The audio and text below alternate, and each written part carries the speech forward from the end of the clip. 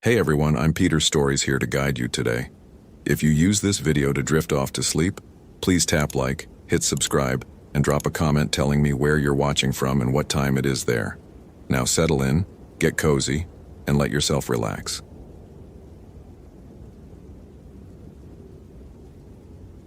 Amanda Castellano was explaining to the Blackfeet elder why his ghost stories were psychologically harmful when she saw Nathan Drake's corpse climb out of the lake behind him. It happened in absolute silence. No splashing, no gasping. Just the water parting as a figure rose from the depths of St. Mary Lake, backlit by the late September sun.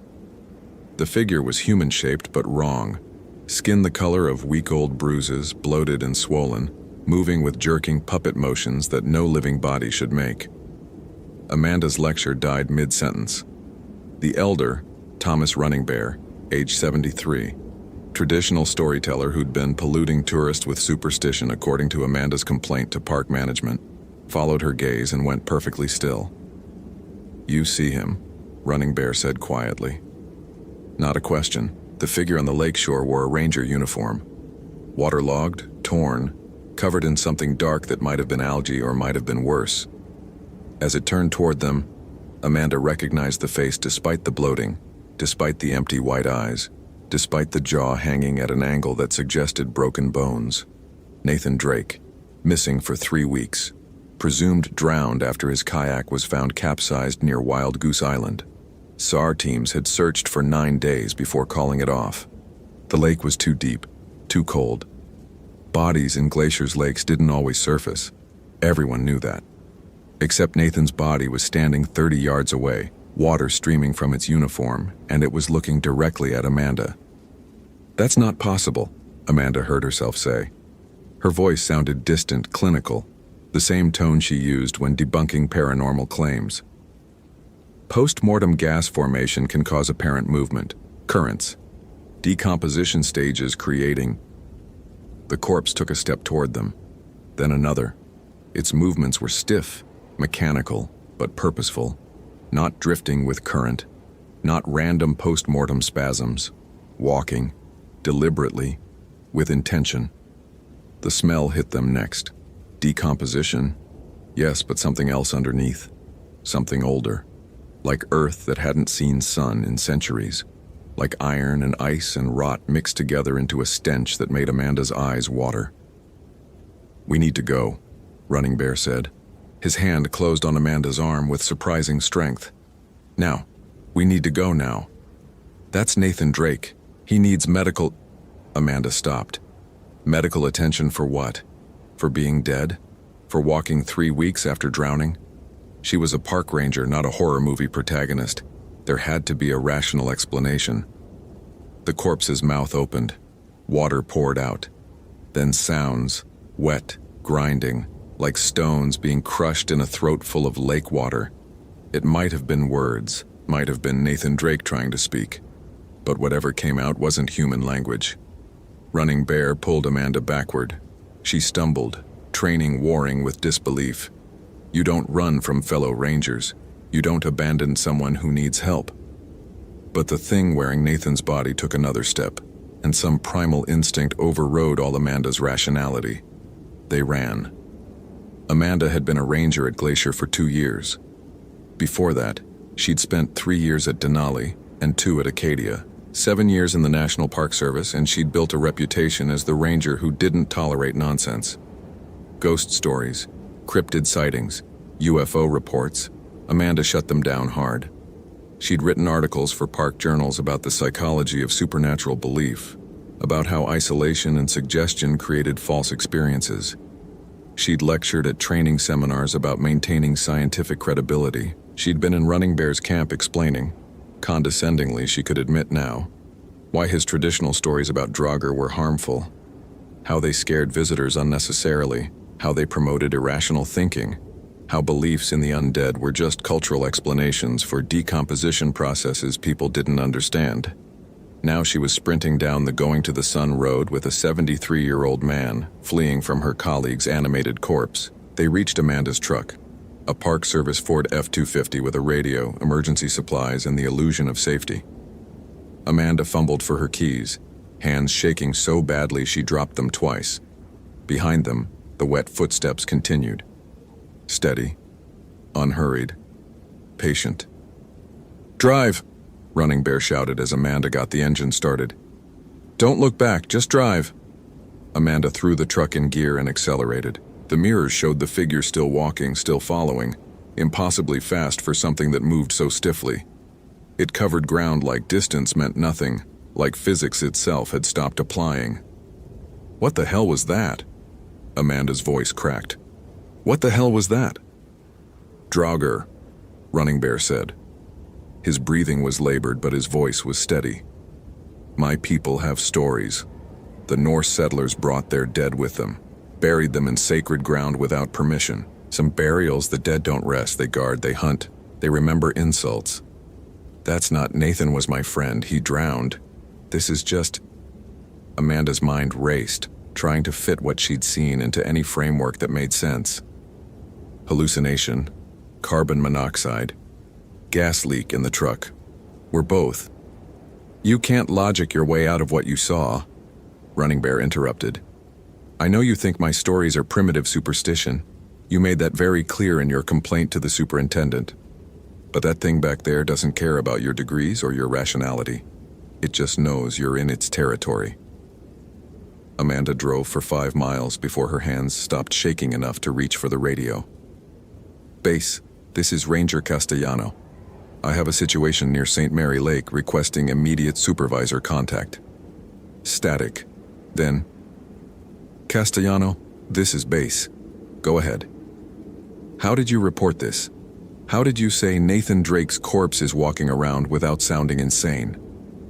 I've encountered something unusual. Requesting backup at my current location. Going to the Sun Road, mile marker 47. What's the nature of the situation?" Amanda looked at Running Bear. He shook his head slowly. "They won't believe you," he said. "And if that Draugr is still active, you'll be sending more rangers to their deaths. Base, I need to come into the station. In-person report. It's complicated."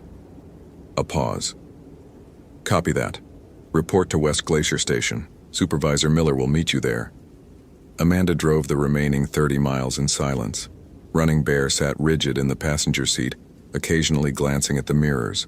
The September afternoon had turned gray, clouds moving in from the west.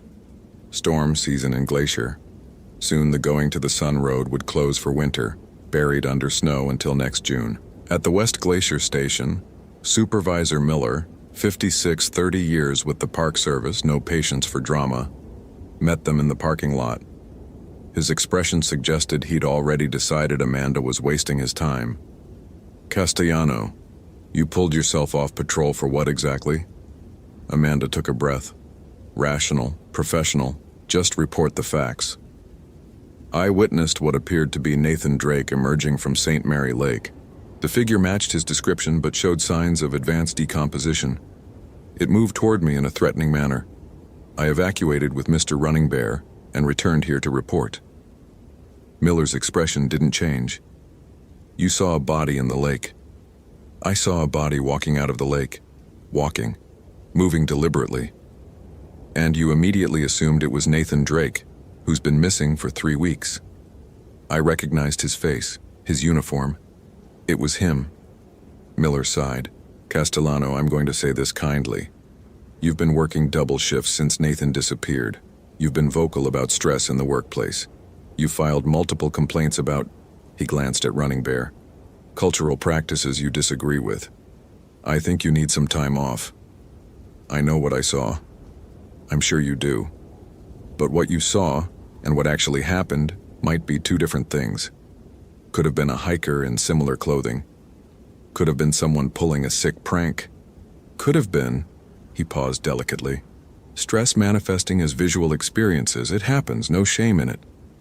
"I saw him too," Running Bear said. "We both did. Same thing. Same time." Miller's expression suggested this made things worse, not better. "Mr. Running Bear, with all respect, you have a documented history of sharing stories about undead spirits in the park. I appreciate your cultural traditions, but they're not evidence." "So we're both hallucinating," Amanda said flatly, simultaneously, the same detailed hallucination.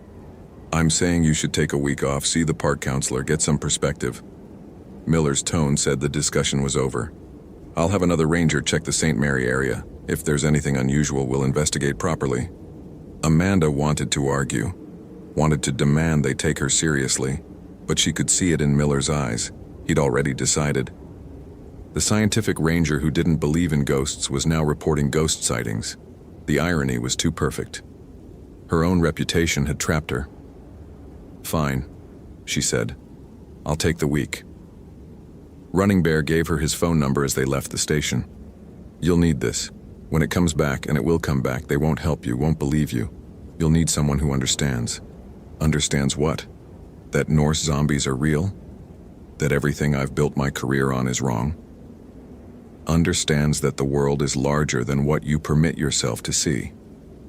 Running Bear's eyes were kind, but firm. You spent 2 years telling everyone that our stories were superstition, that the spirits weren't real, that the land had no memory and the dead stayed dead. Now you know better. Question is, what will you do with that knowledge? Amanda drove home to her cabin near Lake McDonald, small, isolated, provided by the Park Service.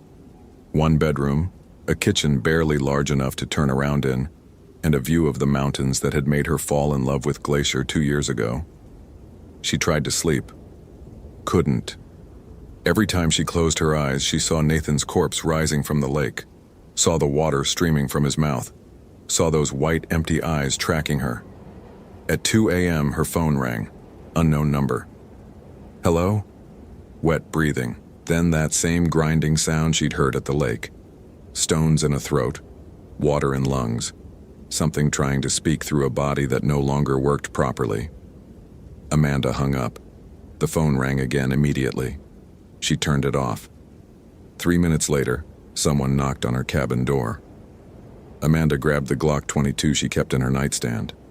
Park rangers weren't typically armed, but Amanda had gotten special permission after a bear incident last year.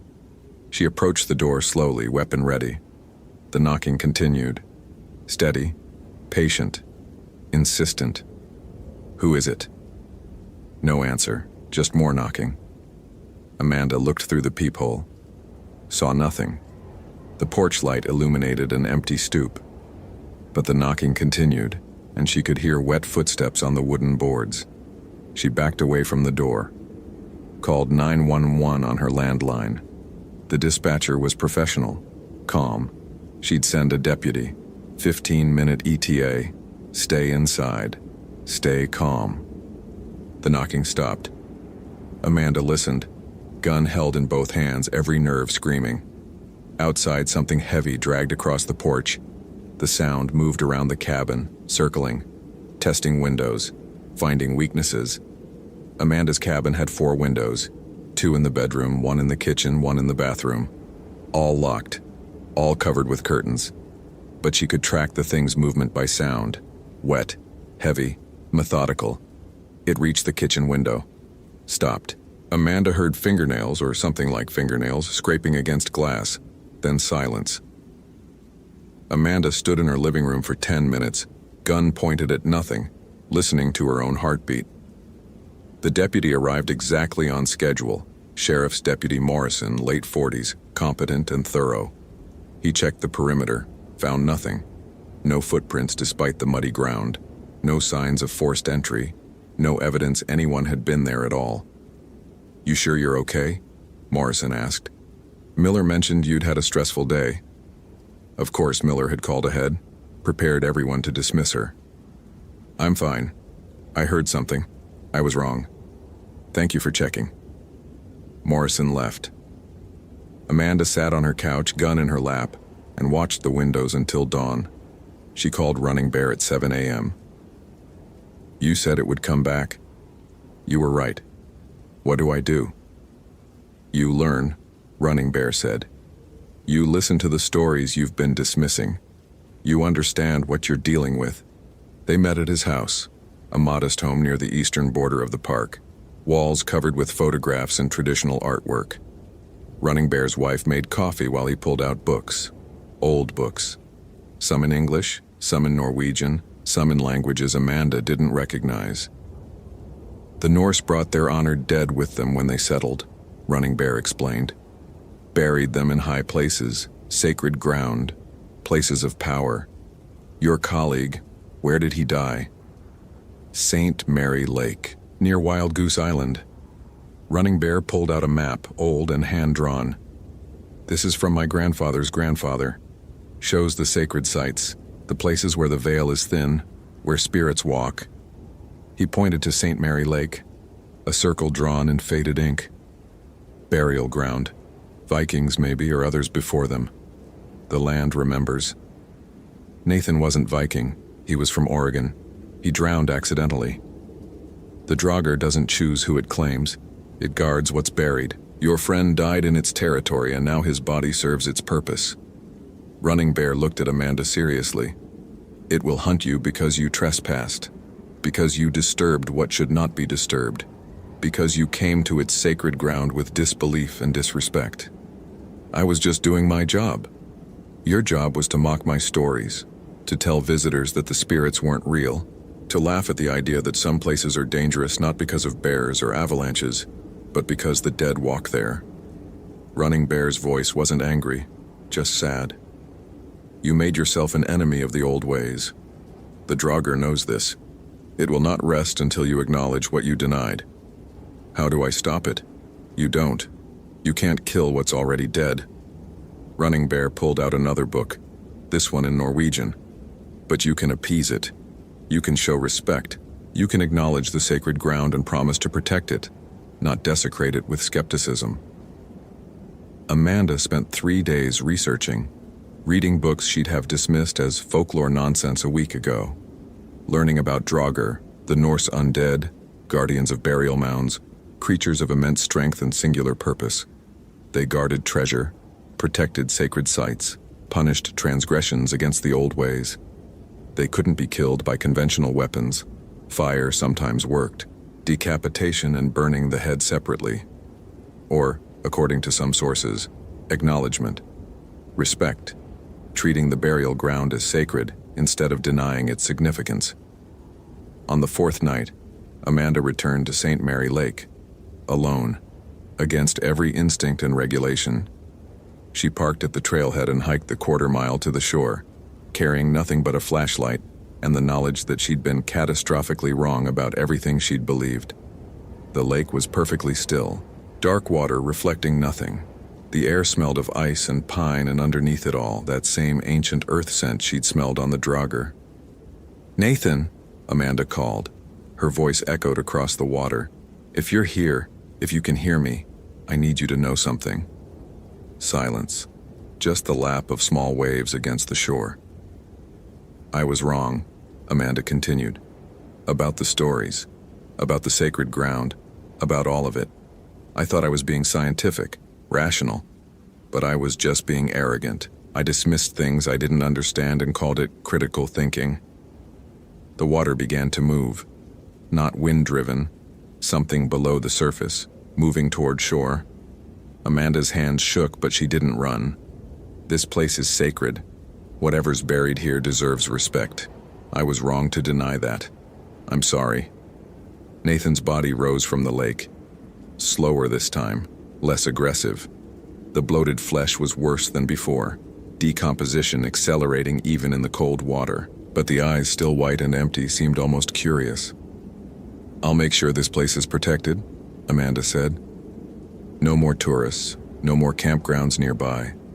I'll work with the tribe, with Running Bear, to make sure people understand this isn't just a lake. It's a burial ground. It's sacred. I'll spend the rest of my career making sure no one disrespects it again." The Draugr stood 10 feet from her. Water streamed from its uniform. That grinding sound came from its throat again, but softer, less threatening. Amanda still couldn't understand the words, if they were words, but the tone had changed. It reached out one swollen hand, pointed past Amanda, toward the forest. "You want me to see something?" The Draugr didn't respond, just stood there, arm extended, pointing. Amanda followed the direction. Her flashlight found a trail she'd never noticed before. Overgrown, barely visible, leading into the trees, a path that wasn't on any park map. "You want me to follow that?" The drogger's arm lowered. It turned, walking back into the lake. This time Amanda watched it descend, saw it sink below the surface slowly, deliberately, until only ripples remained. She stood alone on the shore, shaking, alive. The next morning, Amanda returned with Running Bear and 2 other Blackfeet elders.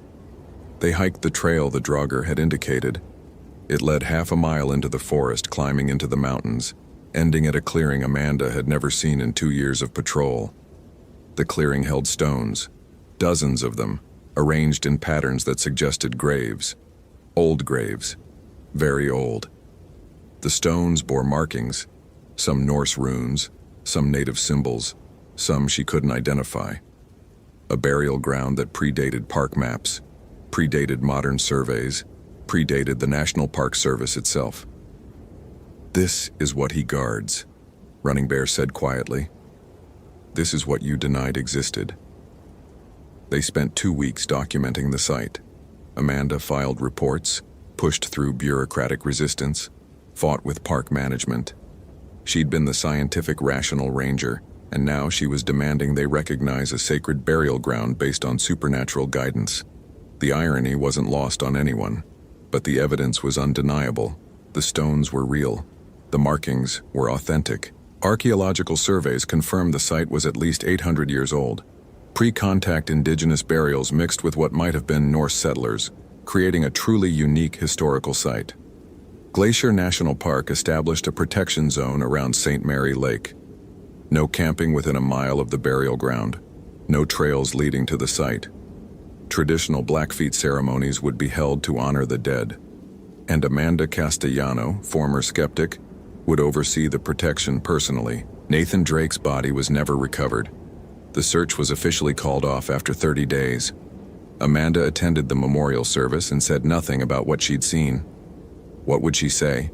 That Nathan was still there, still walking, still guarding the burial ground in death as he hadn't known to do in life?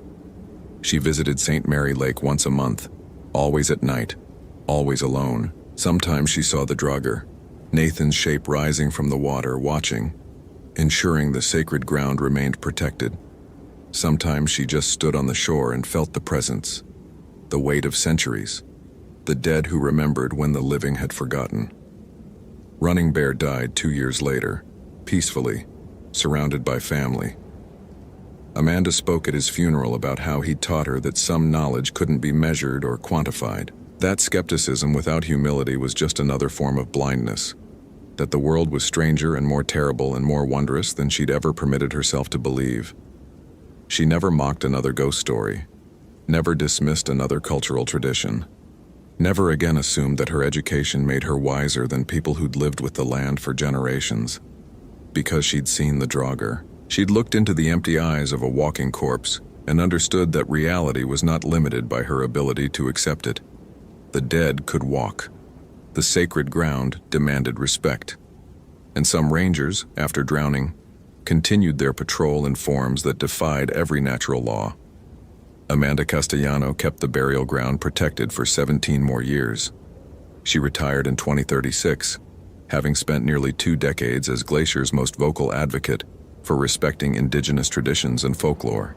Young rangers joked that she'd gone native, that isolation had made her superstitious.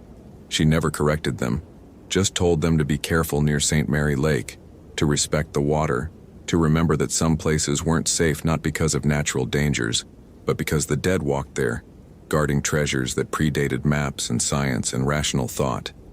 Most of them dismissed her warnings, just like she once had. Amanda hoped they'd never learn the truth the way she had. Hoped they'd never see what climbed from the lake on cold September nights when the veil was thin and the drogger remembered its purpose. But if they did, if some arrogant young ranger with degrees and confidence someday found themselves face to face with impossible horror, Amanda had left instructions, numbers to call, elders to contact, ways to survive an encounter with something that shouldn't exist, because the world was stranger than most people would ever know, and some lessons could only be learned through terror, The drogger still walked. Nathan Drake's body still guarded the burial ground. And Amanda Castellano, who'd once been so certain she knew everything, had learned the most important lesson of all: humility in the face of mystery, respect for what you don't understand, and never, never assume that death means the end of duty. Some rangers patrolled forever, some guardians never rested, and some sacred grounds demanded protection long after the living had stopped believing they existed. Amanda believed, and belief, she'd learned, was its own form of sight. Hope you felt genuine terror. If you appreciate authentic horror rooted in real folklore, consider following for more stories. Which moment scared you most? Share your theory about what happened. Emily Sorensen found the first symbol carved into her truck's hood at dawn. 3 interlocking circles filled with something that looked like dried blood but smelled like burnt hair. She stood in the parking lot of the Jenny Lake Ranger Station, coffee cooling in her hand, staring at the vandalism. The circles were precise, carved deep into the paint with something sharp. In the center of each circle, a different symbol. One looked like an inverted cross. One resembled a crude eye. The third was unfamiliar, jagged lines radiating from a central point like a malformed star. Emily's first thought was kids. Her second thought was cult nonsense. Grand Teton attracted its share of New Age types, crystal healers, self-proclaimed shamans. Her third thought, the one that made her hands shake, was that someone had done this while she slept inside the ranger station, 20 feet from where she'd been sleeping. Close enough to touch her truck, close enough to do worse. She pulled out her cell phone. No signal. Standard for this part of the park in 2003, coverage was spotty at best, non-existent in the backcountry.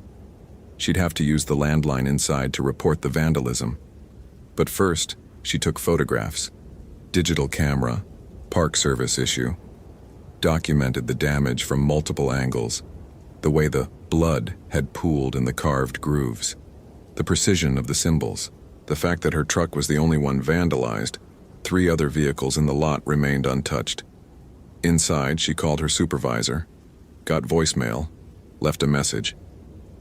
"Peterson, it's Sorensen. Someone vandalized my truck overnight, carved symbols into the hood. Looks like, I don't know, some kind of ritual markings. Need to file a report." She hung up and immediately dialed another number. Her landline at home in Jackson, 20 miles south. Her daughter Mia answered on the 3rd ring, voice thick with sleep.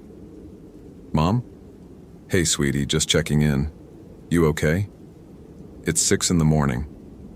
Mia was 13, old enough to stay alone when Emily pulled overnight shifts, but young enough that Emily worried constantly. Single-parent math.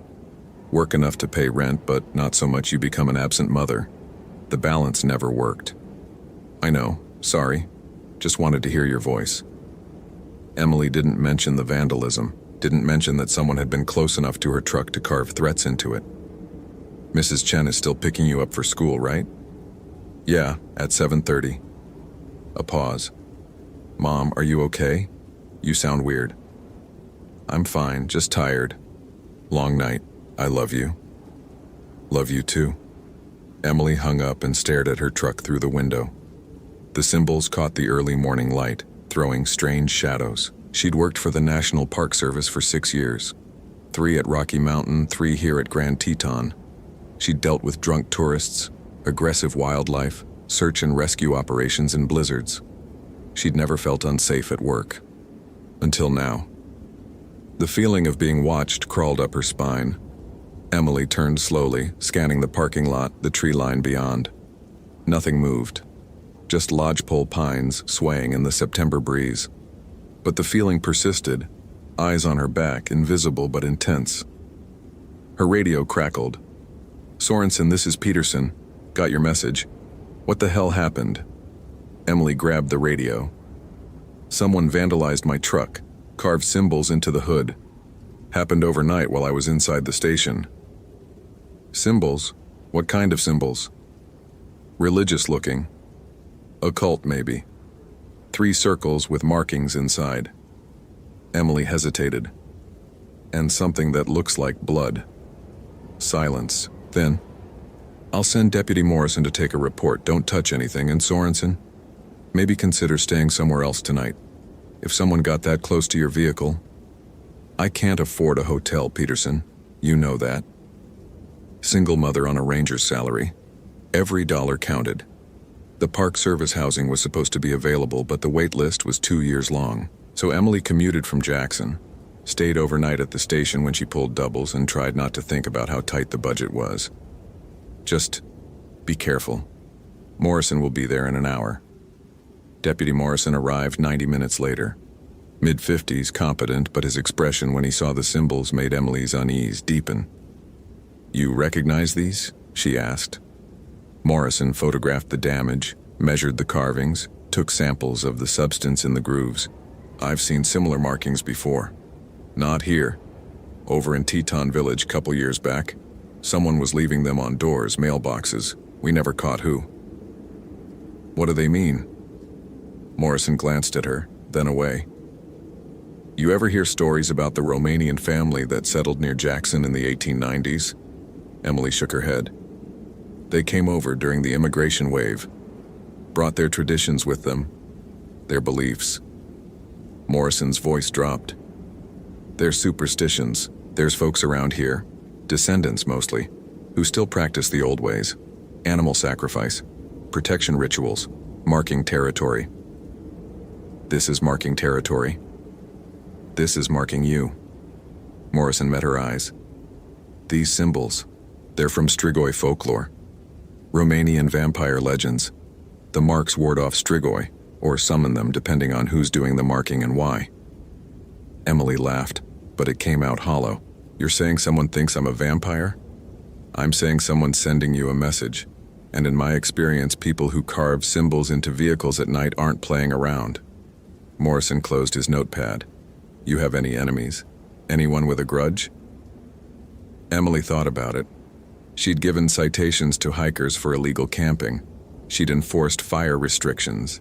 She'd argued with locals about off-trail access. But nothing that would provoke this. "No," she said. "Nothing serious." Morrison looked skeptical but didn't push. "I'll file the report. Get your truck to a body shop when you can. And if you see anything else suspicious, more symbols, anyone following you, call immediately." After Morrison left, Emily tried to work. She had trail inspections scheduled, a group permit to process, routine maintenance on the ranger station. But she couldn't focus.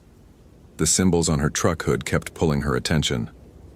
3 circles, 3 warnings, 3 threats. At noon, she found the second symbol. This one was carved into the door of the supply shed behind the station. Same 3 circles, same precise cuts, same substance filling the grooves. But this time there was something else. A name scratched below the circles. Olivia Rhodes. Emily's blood went cold. Olivia Rhodes had been a ranger at Grand Teton. Past tense.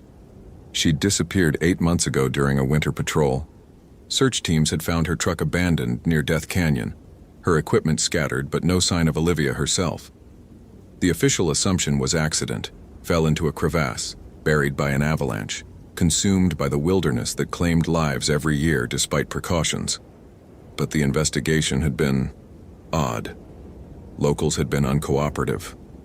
Witnesses had changed their stories, and there were rumors, whispers Emily had dismissed as small-town gossip, that Olivia had gotten involved with something she shouldn't have, had asked questions about traditions that weren't meant for outsiders. Emily photographed the carving and called Morrison again. This time he sounded worried. "Don't go anywhere alone," he said. "Someone's escalating. First your truck, now this. They're connecting you to Olivia Rhodes." "Why?" "I barely knew her. We overlapped for maybe 2 months before she disappeared." "Doesn't matter. Someone thinks there's a connection. Someone thinks you're..." Morrison trailed off. "Thinks I'm what?" "Following the same path. Asking the same questions. Becoming the same problem." Morrison sighed. "Listen, there's things about this area most outsiders don't understand. Old families, old practices. They don't take kindly to park rangers poking into local business. I'm not poking into anything. I'm just doing my job. That's what Olivia said. Morrison's voice was grim. And look what happened to her. Emily spent the afternoon researching. She used the ranger station's ancient desktop computer and dial-up internet to search for information about Strigoi folklore. What she found made her skin crawl. Strigoi, Romanian vampiric creatures. Unlike Western vampires, Strigoi retained their intelligence, their personality, their memories. They could walk in daylight, could pass as human, could live among communities for years before being discovered. They returned from death to torment specific people, family members, enemies, anyone who'd wronged them in life. The folklore described ways to create Strigoi: dying with unfinished business, dying violently, dying with a curse, and ways to destroy them: stake through the heart, decapitation, burning. But first, you had to identify them. And that required vigilance, because Strigoi were cunning. Emily found references to Strigoi cults, communities that protected the undead, worshipped them, fed them.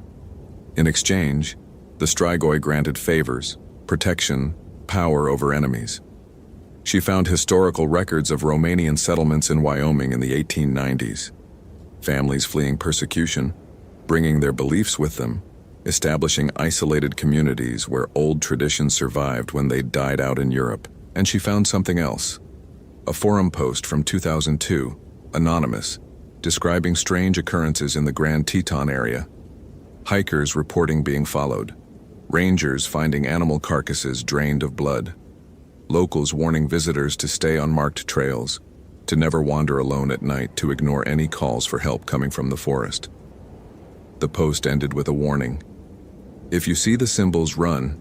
If they mark you, you're already chosen. Emily's phone rang. The landline, not her cell. She answered, expecting Peterson or Morrison. Instead, a woman's voice. You need to leave. Who is this? Someone trying to help. The symbols mean you've been selected. The cult marks potential vessels. You need to take your daughter and leave tonight. Emily's heart stopped. How do you know about my daughter? Because I helped mark Olivia Rhodes, and I've regretted it every day since. The voice was young, frightened. Please, just leave. Don't ask questions. Don't investigate, just go. Who are you? Where's Olivia? What happened to her? She became what they needed her to become. What they'll make you become if you stay. A sound in the background. Voices. Movement.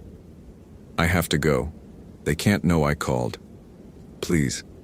Your daughter's name is Mia. She's 13. She takes the bus from Jackson Elementary. You pick her up at 3:30 every day you're not working. I know because we've been watching. We know everything. And if you don't leave, they'll use her to make you compliant. The line went dead. Emily stood frozen, phone pressed to her ear, hearing only dial tone. Someone had been watching Mia, knew her schedule, knew her school. The symbols weren't just threats against Emily. They were threats against her daughter. She grabbed her keys and ran to her truck. The vandalized hood stared at her like a warning she'd failed to heed. She got in anyway, started the engine and drove toward Jackson faster than was safe on the mountain roads. Mia was at Mrs. Chen's house, safe, doing homework. Emily picked her up early, ignoring the questions, the confusion. She drove home, packed bags, threw clothes and essentials into duffel bags with shaking hands. Mom, what's happening? Mia's voice was small, scared. We're taking a trip. Just for a few days. Visit Aunt Sarah in Bozeman. But I have school, and you have work. It's an emergency. Emily couldn't explain. Couldn't say, a cult is watching us. They marked me with vampire symbols. They threatened you to control me. We just need to go, now.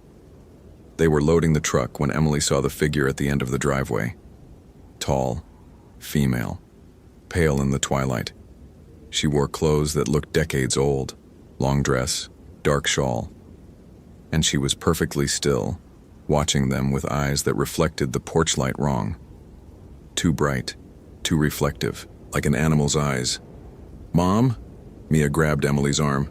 Get in the truck, now. They scrambled inside.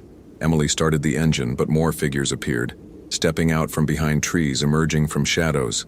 6 of them, 8, 10, all dressed in those anachronistic clothes, all moving with that same eerie stillness. They surrounded the truck, didn't approach, didn't threaten, just stood in a circle, blocking every exit. Emily locked the doors, pulled out her cell phone. Still no signal. She reached for the radio. Park Service frequency. "Base, this is Sorensen. I have a situation at my residence. Multiple individuals blocking my vehicle, requesting immediate law enforcement." Static. Then a voice, but not the dispatcher. A man's voice, old and accented. "You cannot call for help, Emily Sorensen. Your radio works only when we permit it. Your phone connects only when we allow it. You are in our territory now, subject to our rules." "Who are you?" "We are the descendants of the old families, the keepers of traditions, the servants of the Strigoi." A pause. "And you have been chosen to serve." One of the figures approached the truck. The pale woman Emily had seen first. Up close, she looked younger, maybe 30, but her eyes were ancient. She placed both palms on Emily's window. The glass fogged where she touched it despite the warm evening. "My name was Olivia Rhodes," the woman said. Her voice was hollow, layered, like multiple people speaking in unison. "8 months ago, I was like you. Ranger, mother, someone who didn't believe. Then they marked me. Then they took me. Then they made me into this." Emily stared. This couldn't be Olivia. Olivia was missing, presumed dead. But the face was right. The voice, underneath the hollow quality, was right. "What did they do to you?" "What they'll do to you if you don't cooperate. The Strigoi needs a new vessel. His current body is failing. Too old, too damaged from centuries of use. He requires fresh blood, young blood, ranger blood, because rangers can move freely in the park, can access restricted areas, can hide bodies." Olivia's expression didn't change, but her eyes leaked tears. "I resisted. For 3 days I resisted. Then they brought my son to the ritual site, and I stopped resisting. I don't have a son. You have a daughter." Olivia's hands pressed harder against the glass. 13 years old. The perfect age for the transformation if you refuse. The Strigoi prefers adults, but will accept children if necessary. Emily looked at Mia, who was crying silently in the passenger seat. "What do you want from me?" "Come to the ritual site tonight. Midnight, alone. Submit willingly and your daughter goes free. She'll remember nothing. We'll make sure of that." Olivia straightened. "Refuse, and we take her instead. Fight, and we take her slowly. Make us hunt you and we make it hurt." The figures melted back into the shadows. Within seconds, the driveway was empty. No trace they'd ever been there except the fog marks on Emily's window that faded as she watched. Mia was hyperventilating. Emily pulled her daughter close, felt her shaking, felt her terror. "We're going to be okay," Emily whispered. But she didn't believe it. She tried to drive away. Made it 3 miles before the truck died. Just stopped. Engine cutting out. All electrical systems failing. Emily tried to restart it. Nothing. They were stranded on a dark Wyoming road with no cell signal and no help coming. Emily made a decision. She pulled Mia out of the truck, and they started walking. Not toward Jackson, that's where the cult would expect them, but into the forest, toward the backcountry, where Emily knew every trail and emergency shelter. They hiked through the night.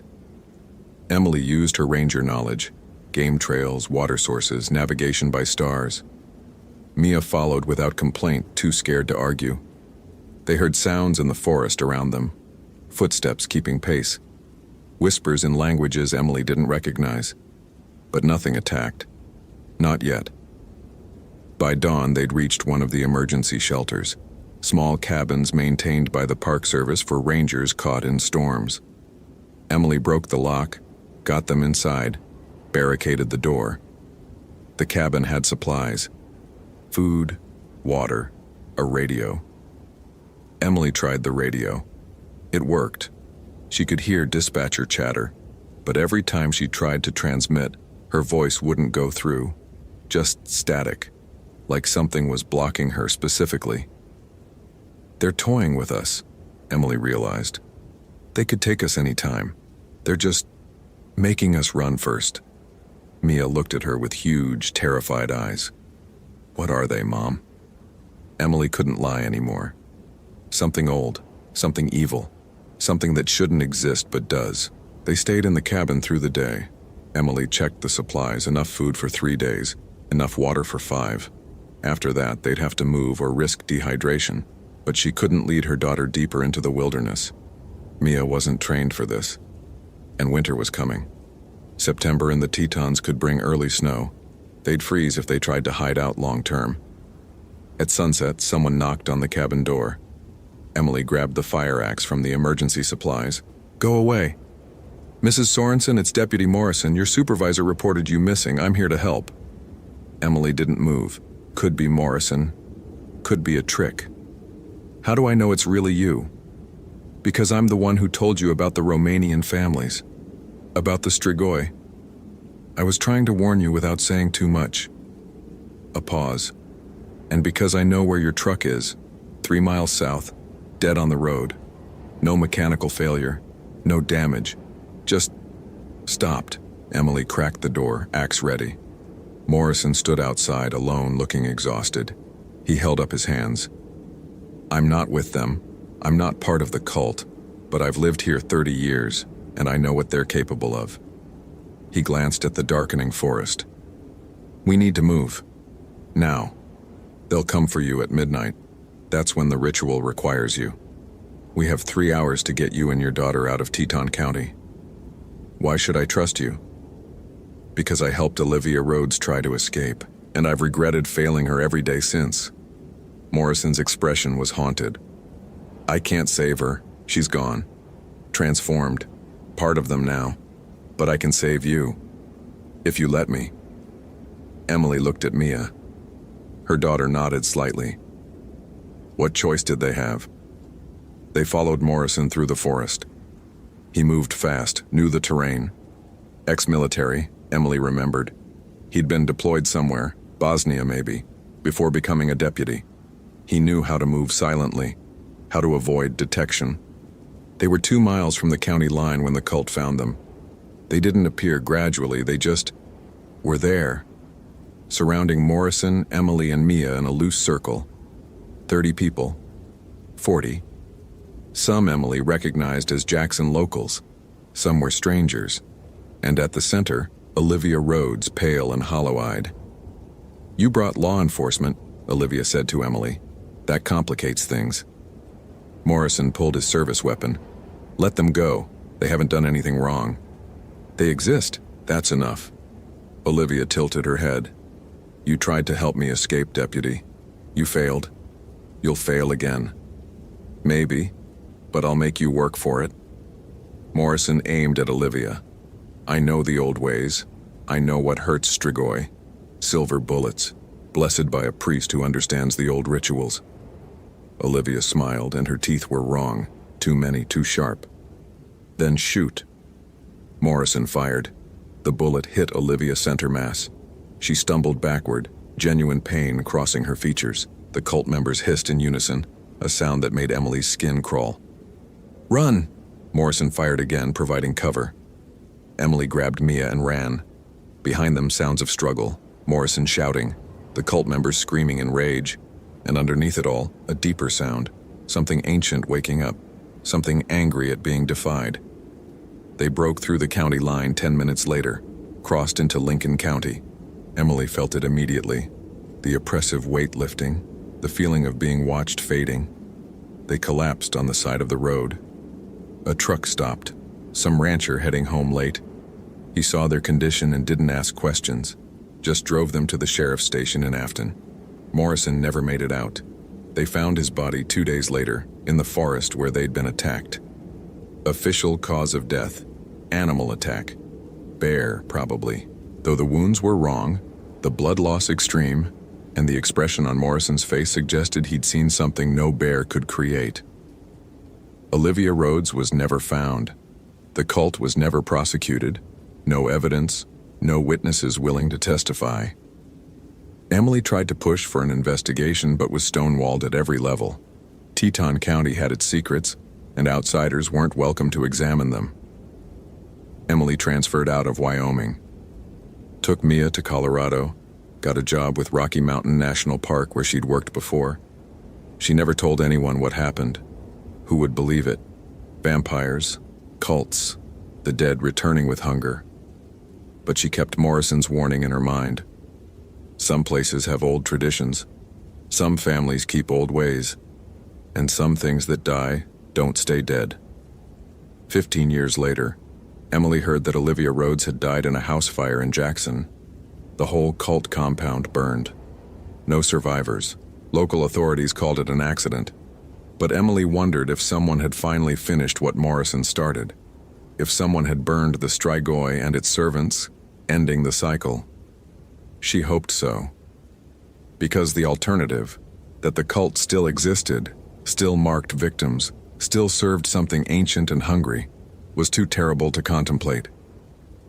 Emily Sorensen raised her daughter safely, watched Mia graduate high school, go to college, build a life far from Wyoming, and she never went back to Grand Teton, never drove through Jackson, never let herself forget that some forests hold more than trees and wildlife. They hold the old ways, the old hungers, the old terrors that modern skepticism can't explain away. And sometimes, late at night, Emily would wake from dreams of 3 interlocking circles carved in blood, of pale figures surrounding her truck, of Olivia Rhodes's hollow voice saying, "You have been chosen." She'd gotten away. Morrison had died to give her that chance. But Emily knew the truth. She'd been lucky. The cult had let her go because there were easier victims, more compliant prey. And somewhere in the Wyoming wilderness, the Strigoi still hunted, still fed, still marked chosen vessels with symbols that meant, "You belong to us now." Emily had escaped. But escape wasn't the same as victory. The forest remembered, the cult endured, and the old ways never really died. They just waited. Patient, hungry, eternal. Hope you felt genuine terror. If you appreciate authentic horror rooted in real folklore, consider following for more stories. Which moment scared you most? Share your theory about what happened.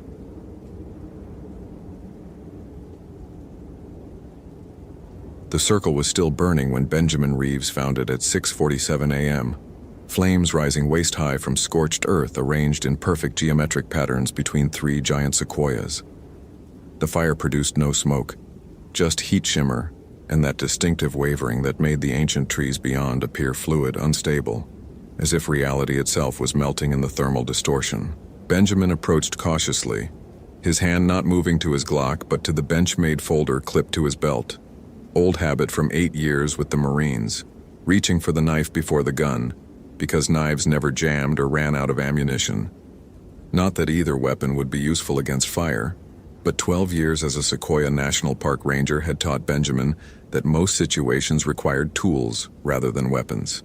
The flames formed concentric circles, 3 rings of fire burning without visible fuel, without spreading to the surrounding forest floor, despite October's accumulated pine needles and drought-dried vegetation. At the center lay a backpack, standard REI model, forest green, partially consumed by flames that had burned through nylon and melted the aluminum frame, but left the contents oddly untouched. Benjamin keyed his radio. "Dispatch, this is Reeves at the Giant Forest sector. I've got an active fire situation approximately 10 feet in diameter. Origin unknown. Requesting fire suppression team."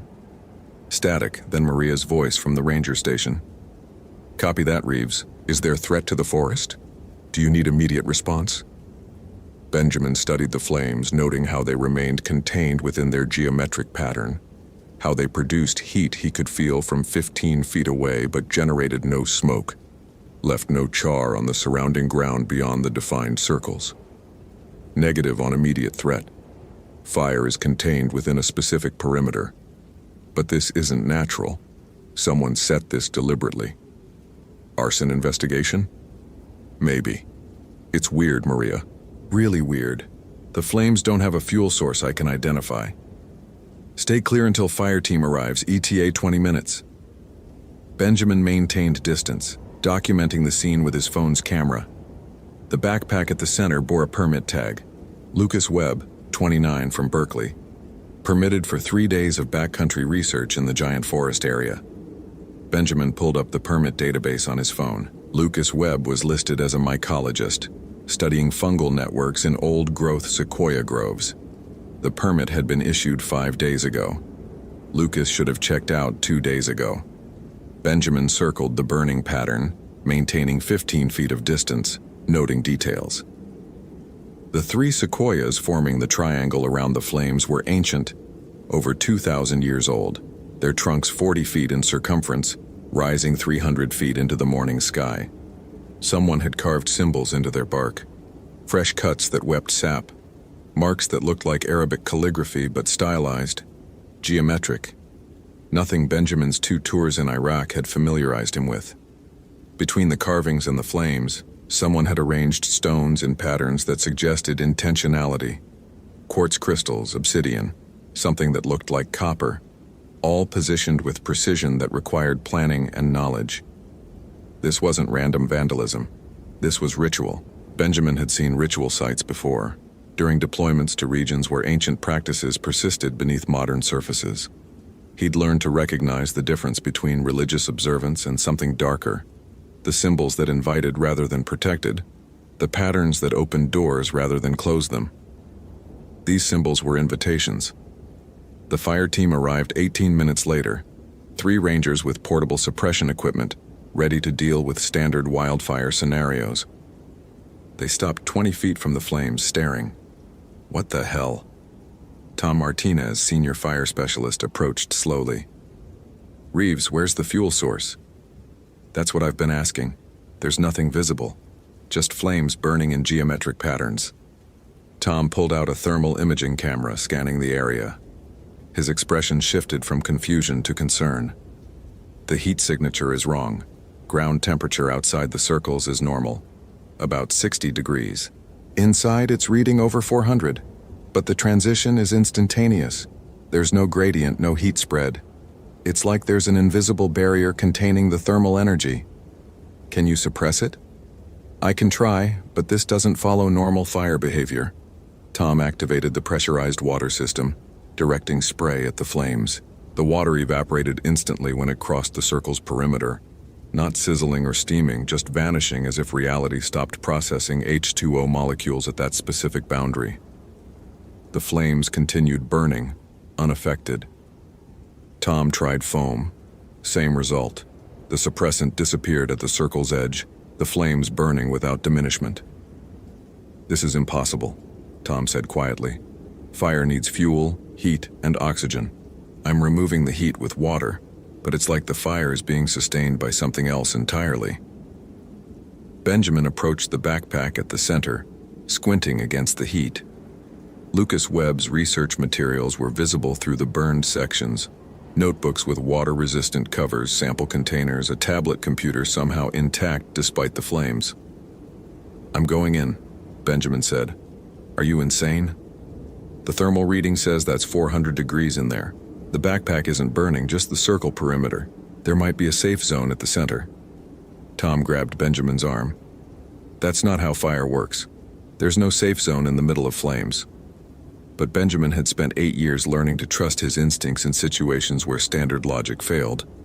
He'd survived Fallujah by recognizing when to override training with gut feeling. The flames looked dangerous, radiated heat, but something about the pattern suggested they were designed to contain rather than consume. He stepped forward, crossing the outer circle. Heat washed over him, intense but not burning. The flames rose around him like walls, but when Benjamin examined his exposed skin, it showed no reddening, no damage. The fire created a perimeter, a boundary, but the interior space was habitable. He reached the backpack, grabbed it, retreated back across the circles. The moment he cleared the outer ring, the flames collapsed, not slowly dying but instantly ceasing, leaving only scorched earth in the geometric patterns and ash where fire had been. Tom stared. What did you just do? I took the offering, Benjamin said, though he didn't know where the words came from.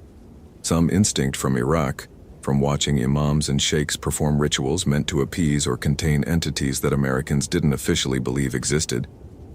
He opened Lucas Webb's backpack, finding the mycologist's research notes, sample containers with mushroom specimens and something that didn't fit. A leather-bound book, pages covered in Arabic script, bookmarked at a section titled Tukus al-Istihdar, with an English notation in the margin. Ifrit Summoning Protocols. Benjamin's Arabic was rusty, but he recognized enough to understand that Lucas Webb hadn't just been studying mushrooms. He'd been researching something else, something that involved summoning entities from Islamic tradition. Dispatch, this is Reeves. I need a fluent Arabic speaker at the Giant Forest sector immediately. And I need to know if we've had any other unusual fire reports in this area over the past week. Maria responded within minutes. We've had 3 reports of unexplained fires, all in the Giant Forest sector, all burning without visible fuel source, all self-extinguishing within hours. First report came 5 days ago. Most recent was yesterday evening. 5 days, when Lucas Webb had entered the backcountry. Get me someone who reads Arabic. This just became a priority investigation. Benjamin spent the next hour documenting the site, photographing the symbols carved into sequoia bark, the stone arrangements, the scorched circles that showed no fuel residue. His phone's compass acted strangely near the carved symbols, the needle spinning without settling, as if magnetic north had become negotiable. Dr. Aisha Rahman arrived at 9:30 a.m., a visiting scholar from UC Davis who'd been conducting research on indigenous uses of sequoia resources. She was Egyptian-American, fluent in Arabic, and looked skeptical when Benjamin explained why he'd requested her presence. You want me to translate a summoning ritual? Mr. Reeves, I'm a botanist, not a folklorist. But you read Arabic, and this case involves someone who disappeared while apparently attempting to summon something from Islamic tradition. I need to know what he was trying to do. Dr. Rahman examined the leather-bound book, her expression shifting from skepticism to concern. This is a grimoire. Specifically, it appears to be a 19th century copy of sections from the Pecatrix, an Arabic text on astral magic. The notation system suggests North African origin, probably Moroccan. Can you read it? I can read the Arabic. Understanding the intent is different. She flipped through pages, stopping at Lucas Webb's bookmarks. This section deals with jinn summoning. Specifically, it describes protocols for binding Ifrit, the most dangerous classification of jinn. Beings of fire without smoke, mentioned in the Quran, described in Islamic tradition as having free will and the capacity for both good and evil. Benjamin thought about the smokeless flames, the way they'd burned without fuel.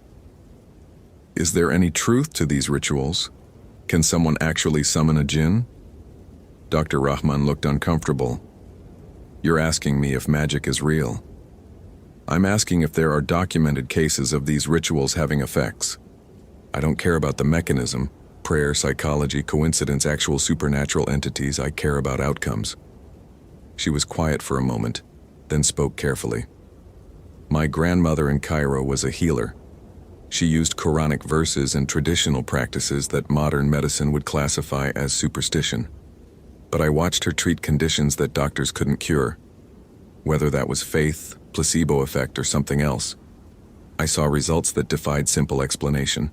So it's possible Lucas Webb summoned something? It's possible Lucas Webb attempted a ritual, believed he was summoning something, and acted according to that belief. Whether an actual jinn was involved. She gestured at the scorched circles, the carved symbols. This fire burned without fuel. Your equipment couldn't extinguish it. And you say it stopped the moment you removed the offering. That's not normal fire behavior. Benjamin pulled out Lucas's research notes, reading entries that documented the mycologist's progression from scientific research to obsession with something else entirely. The early entries were standard: fungal network mapping, sample collection, ecological observations. Then, dated 4 months before his Sequoia trip, the entries changed. Found reference in Moroccan folklore to jinn inhabiting fungal networks. Makes symbolic sense. Both operate as underground networks. Both can be beneficial or harmful. Need to research further. 2 months ago. The Ifrit aren't evil. They're misunderstood. They exist as beings of pure fire, pure transformation. They can grant wishes, but the price is always proportionate. I need to understand the protocols. 3 weeks ago. Located a Picatrix manuscript copy. The summoning ritual requires 3 ancient trees forming a triangle, specific stone arrangements, and invocation at dawn, when fire and air elements are balanced. Sequoia's giant trees are perfect, old enough to have witnessed multiple civilizations, powerful enough to anchor an Ifrit manifestation. 1 week ago. Permit approved. I'm ready. If this works, if I can successfully summon and bind an Ifrit, the applications are unlimited. Imagine having access to an entity that can manipulate fire, grant transformation, answer questions about reality's fundamental nature. The final entry dated 5 days ago. The ritual is prepared. Dawn tomorrow. I've followed every protocol. 3 circles, 7 stones per circle, invocations in classical Arabic. If the texts are accurate, the Ifrit will manifest at sunrise. I'll document everything. No entries after that date. He actually tried to summon a fire spirit, Benjamin said, feeling the absurdity of the statement even as evidence suggested it might be accurate. And something happened. Either the ritual worked, or Lucas believed it worked strongly enough to disappear into the forest. Dr. Rahman pointed to a passage in the grimoire. This section warns about binding failures. If an Ifrit is summoned but not properly contained, it becomes free-willed, capable of granting twisted wishes or claiming the summoner as payment for the invocation. The text emphasizes that Ifrit are not servants. They're entities with their own desires, their own agendas. Attempting to command them without proper authority is described as... She searched for the right translation. Hubris that invites destruction. Benjamin thought about the 3 fires reported over 5 days. Lucas had performed the ritual 5 days ago. The fires had been appearing since then, burning without fuel, in patterns that suggested deliberate placement. If an Ifrit was summoned and not contained, what would it do? Islamic tradition describes Ifrit as territorial and proud. They're associated with ruins, deserted places, areas where human civilization has failed. They're neither inherently malevolent nor benevolent. They're powerful entities that respond to how they're treated. If Lucas summoned an Ifrit and attempted to bind it without proper authority, Dr. Rahman paused. The text suggests the Ifrit would respond with trials, tests to demonstrate the summoner's unworthiness. Trials involving fire. Ifrit are beings of fire without smoke. Everything they do involves heat, transformation, burning away what's false to reveal what's essential. The trials would be designed to test character, to determine if the summoner deserves power or deserves to be consumed. Benjamin felt pieces connecting. 3 fires in 5 days. Lucas missing. A grimoire describing protocols that Lucas had apparently followed. And now Benjamin stood in a sequoia grove holding evidence of a ritual that created fire which didn't behave according to normal physics. He needed to find Lucas Webb. Dead or alive, the mycologist needed to be located, and Benjamin needed to understand what had been summoned and whether it was still active in the forest. Can you help me track the other fire locations? Benjamin asked Dr. Rahman. If there's a pattern, if the Ifrit is moving through the forest following some kind of plan, we might be able to predict where it'll appear next. Over the next 2 hours, they mapped the fire sites on Benjamin's tablet, overlaying them with topographical data, trail systems, and the sequoia distribution patterns. 3 sites formed a triangle covering approximately 5 square miles of the giant forest sector. At the center of that triangle stood the General Sherman tree, the largest living organism on Earth, a sequoia over 275 feet tall, 36 feet in diameter at its base, estimated to be 200 years old. It's moving toward Sherman, Benjamin said. Each fire site is progressively closer to the tree. Dr. Rahman studied the pattern. In Islamic mysticism, Trees are often described as axis mundi, connections between earth and heaven, between physical and spiritual realms. If an Ifrit wanted to establish territory, claiming the largest, oldest, most powerful tree would be symbolically significant. We need to get there before the next fire. They hiked the 4 miles to General Sherman, Benjamin maintaining constant radio contact with the ranger station, Dr. Rahman carrying the grimoire and providing context about Ifrit traditions. The trail passed through groves of ancient sequoias, trees that had been seedlings when Rome fell, that had witnessed the rise and fall of civilizations, that existed on timescales that made human history seem like brief moments. They reached General Sherman at 2:15 p.m. The tree rose above them like a cathedral pillar, its base so massive that several hundred people could stand in its shadow. Tourists crowded the viewing platform, taking photos, marveling at the tree's impossible scale. Benjamin scanned the area, looking for signs of ritual preparation. Nothing obvious, no carved symbols, no stone arrangements, no indication that anyone had been preparing another summoning circle. Then he noticed the heat.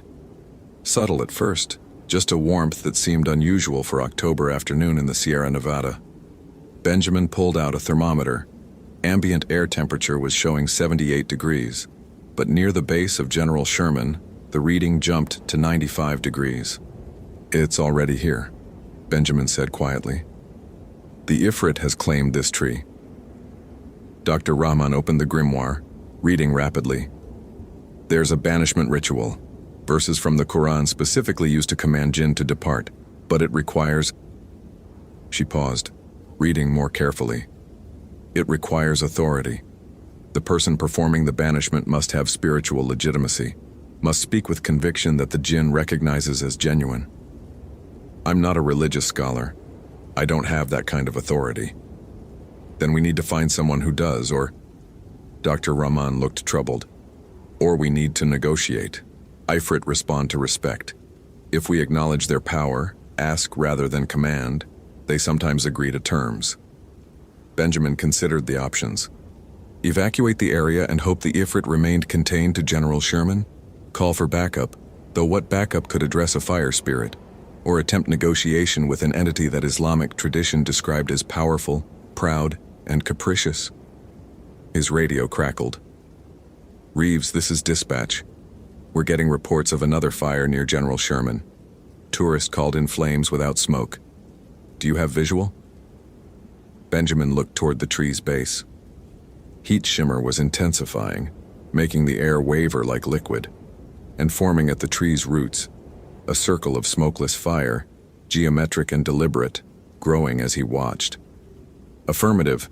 Fire is active at General Sherman. Beginning evacuation protocol." He moved to the viewing platform, addressing the tourists with practiced authority. "Ladies and gentlemen, we need to evacuate this area immediately. Please move toward the parking lot in an orderly manner. This is not a drill." The crowd responded to Benjamin's tone, ex-military bearing, voice that expected compliance. They moved toward the trail exit while Benjamin and Dr. Rahman remained, watching the fire circle expand around General Sherman's base. Then it appeared. The Ifrit manifested within the flames, rising from heat distortion into solidity. It stood perhaps 12 feet tall, humanoid in basic structure but wrong in every detail. Its body seemed composed of flame that had somehow achieved density. Red, orange, yellow fire compressed into a form that suggested musculature and skeleton without actually possessing either. Its face was roughly human, 2 eyes like molten copper, a mouth that opened to show interior burning, features that shifted and reformed as flame flowed across what might be called skin. When it spoke, the voice was layered, multiple tones occurring simultaneously, like several speakers talking in perfect unison, the words in Arabic but somehow comprehensible to Benjamin despite his limited language skills. "You took the offering. You broke the summoning circle. You released me from the failed binding." Benjamin felt Dr. Rahman tense beside him.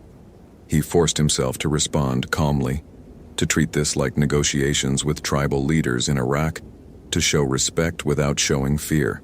"I'm Ranger Benjamin Reeves. This is Dr. Aisha Rahman. We're trying to understand what happened to Lucas Webb." The Ifrit's eyes focused on Benjamin, attention like physical pressure. The human who summoned without authority, who attempted to bind what cannot be bound, who offered power without understanding price. What happened to him?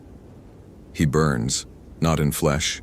His body remains, but in spirit, in will, in the certainty that made him human. He burns with the knowledge of what he invited, what he could not control. Where is he?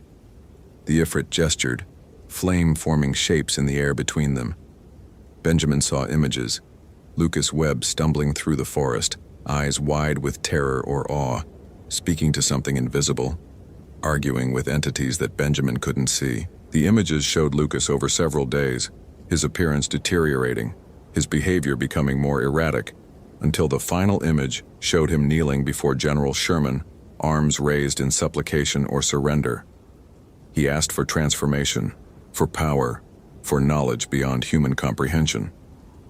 The Ifrit's voice carried something like disappointment. He received truth. Truth without filter, without mercy, without the protective ignorance that allows your species to function. The truth burned him hollow. Is he alive? He exists. Whether you would call that life is definitional question.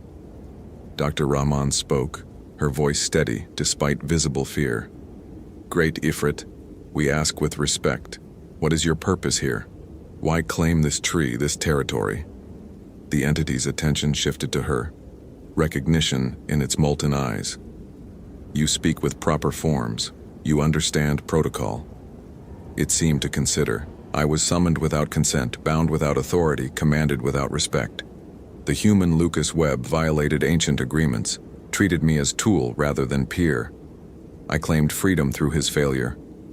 And now I establish territory. This tree is old, powerful, connects earth to sky. It makes suitable anchor for my presence in your realm. I will remain until someone with legitimate authority challenges my claim, or until I choose to depart. Benjamin processed this. The Ifrit wasn't inherently destructive.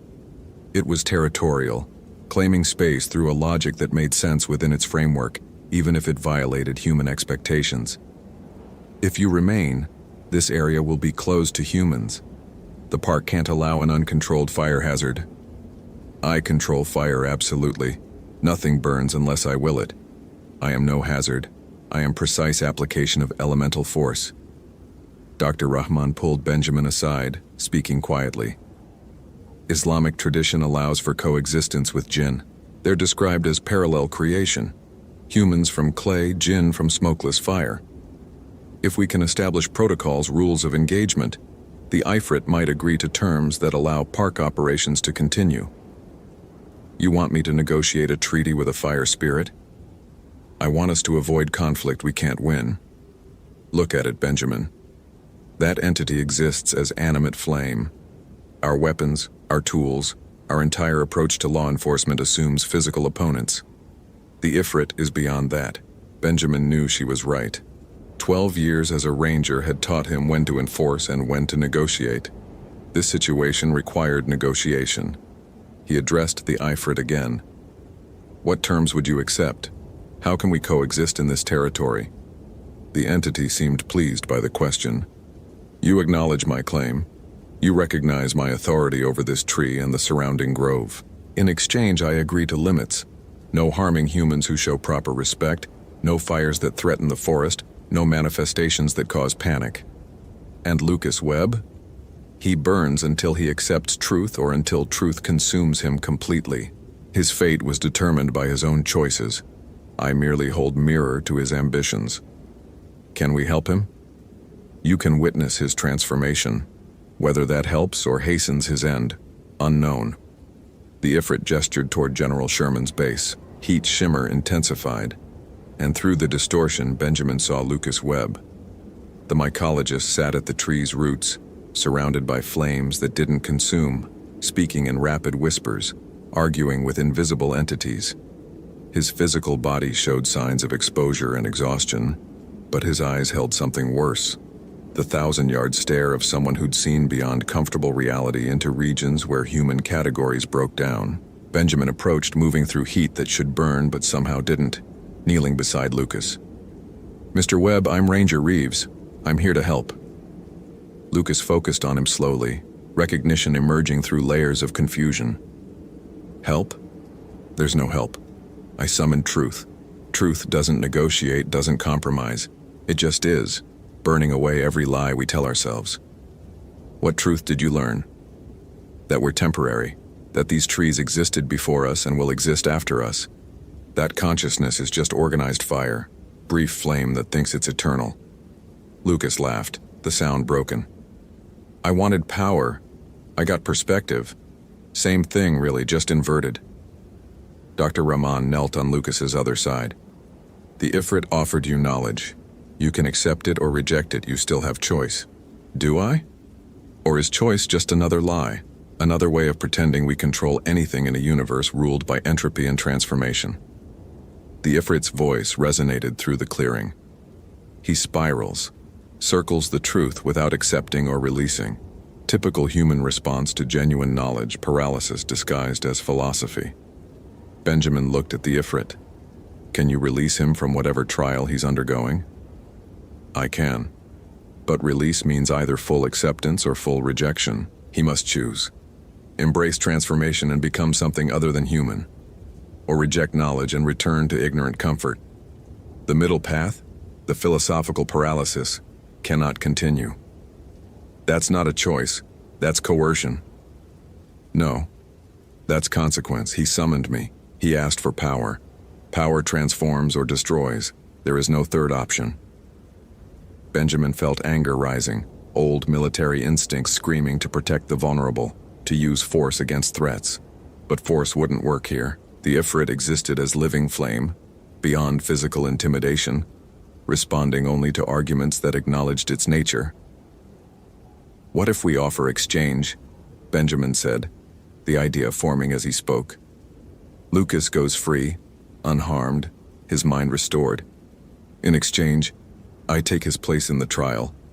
Dr. Rahman grabbed Benjamin's arm. "That's insane. You don't know what you're offering." But Benjamin did know. He'd spent 8 years in combat zones, had faced death, had seen friends transformed by trauma into something other than they'd been. He understood that some burdens could be transferred, that strength wasn't just about individual survival, but about shielding those less equipped to endure. The Ifrit studied Benjamin with those molten eyes. "Interesting. You offer yourself as substitute. Do you understand what that means?" "I understand you'll test me, try to burn me hollow with whatever truth destroyed Lucas. I'm willing to face that if it means he goes free." "Your confidence is admirable. Also foolish, but..." The Ifrit seemed almost intrigued. "Very well. Exchange accepted. The scholar goes free. The warrior faces trial." Before Benjamin could reconsider, heat exploded around him, not burning his flesh but burning into his consciousness, stripping away comfortable certainties, forcing him to confront realities he'd spent decades avoiding. He saw his own insignificance, one human among billions, his entire life a microsecond in geological time, his concerns utterly meaningless against cosmic scales. He saw death waiting, inevitable and absolute, making mockery of every plan and hope. He saw the illusion of control, the way humans narrated lives to pretend agency in a universe indifferent to their existence. It was truth without mercy, perspective without the protective filters that allow humans to function. Benjamin felt his identity dissolving under the onslaught, felt certainty bleeding away, felt the foundations of his self-concept cracking. But he'd faced worse. In Fallujah, Benjamin had spent 3 days in a destroyed building, surrounded by enemies, watching brothers die, waiting for rescue that might never come. He'd learned then that certainty was luxury, that humans survived by accepting harsh realities and persisting anyway. So he accepted the Ifrit's truth. Yes, he was insignificant. Yes, death waited. Yes, control was illusion. But significance was constructed, meaning was chosen, and humans endured not because reality was kind, but because stubbornness was its own form of power. Benjamin spoke into the flames. I see your truth. I accept cosmic indifference, temporal insignificance, the inevitable end. And I choose to matter anyway. Not because I must, not because reality demands it. Because I choose meaning over nihilism, action over paralysis, stubborn survival over comfortable dissolution. The heat paused. The Ifrit's voice carried surprise. You don't deny. You don't rationalize. You accept and proceed anyway. I'm a Marine. We don't quit just because the situation's hopeless. The flames around Benjamin softened, becoming warm rather than searing. The Ifrit manifested directly before him, close enough that Benjamin could see complexity in its burning form, patterns within patterns, mathematical precision underlying apparent chaos. You passed, not by resisting truth but by integrating it. Rare response. Most humans who face genuine perspective either break like your scholar or reject entirely. The Ifrit almost seemed to smile. You interest me, Ranger Reeves. You have warrior spirit combined with acceptance of cosmic reality. Such combinations are uncommon. The flames died completely. Benjamin stood in the clearing at General Sherman's base, Lucas Webb unconscious beside him, Dr. Rahman watching with concern. The Ifrit remained, manifested now as heat shimmer rather than visible flame, present but contained. The trial is complete. The scholar is free, his mind restored to pre-summoning state. He will remember attempting the ritual, but the truth that broke him is removed. He can resume normal existence. And you? Benjamin asked. What happens now? I remain. This territory is claimed, but I acknowledge your courage, your capacity to face reality without fleeing. Therefore, I offer compromise. I will not manifest to humans who show proper respect. I will maintain the forest, prevent fires that threaten these ancient trees. In exchange, you acknowledge my presence. Allow my territory to remain undisturbed. That's not standard Park Service protocol. No, but standard protocol assumes only physical threats. I am beyond that category. You must choose. Attempt to banish me through methods that will likely fail, or establish coexistence through negotiated boundaries. Benjamin looked at Dr. Rahman. This is insane. I'm negotiating park policy with a fire spirit. You're establishing protocols for coexistence with an entity that Islamic tradition describes as parallel creation. Insane, maybe, but also pragmatic, given that traditional enforcement won't work. Benjamin made his decision. We'll establish a restricted zone around General Sherman. No human access without specific research permits. You maintain the tree, prevent damage, and in exchange, we acknowledge your territory. The Ifrit's heat signature pulsed. Agreement, Benjamin thought, or as close to agreement as entities of living flame expressed. Acceptable. One final element. If humans summon without authority, if others attempt Lucas Webb's hubris, I will respond with trials. You cannot prevent that. It is my nature to test those who invite testing. Understood. But I want your commitment. No permanent harm to humans who fail your trials. Transform them, scare them, teach them cosmic perspective, but let them return to normal existence afterward. Agreed. You negotiate well, warrior. Perhaps that is why you passed the trial. You understand that power exists through boundaries, that strength comes from knowing what to fight and what to accept. With that, the Ifrit dissolved into heat shimmer, becoming invisible to normal perception, but maintaining presence as warm air, as the smell of burning without smoke, as the sense that something vast and old watched the clearing with patient attention. Lucas Webb woke slowly, confusion replacing the manic awareness that had consumed him. What happened? I remember starting the ritual then. Nothing clear, just impressions of heat and flame and voices. You had an adverse reaction to the ritual, Benjamin said carefully. We're taking you back to the ranger station for medical evaluation. They evacuated Lucas, Dr. Rahman supporting him on one side, Benjamin on the other. The hike back took 3 hours, Lucas gradually recovering orientation and coherence. By the time they reached the parking lot, the mycologist seemed nearly normal, exhausted and confused, but no longer spiraling into philosophical paralysis.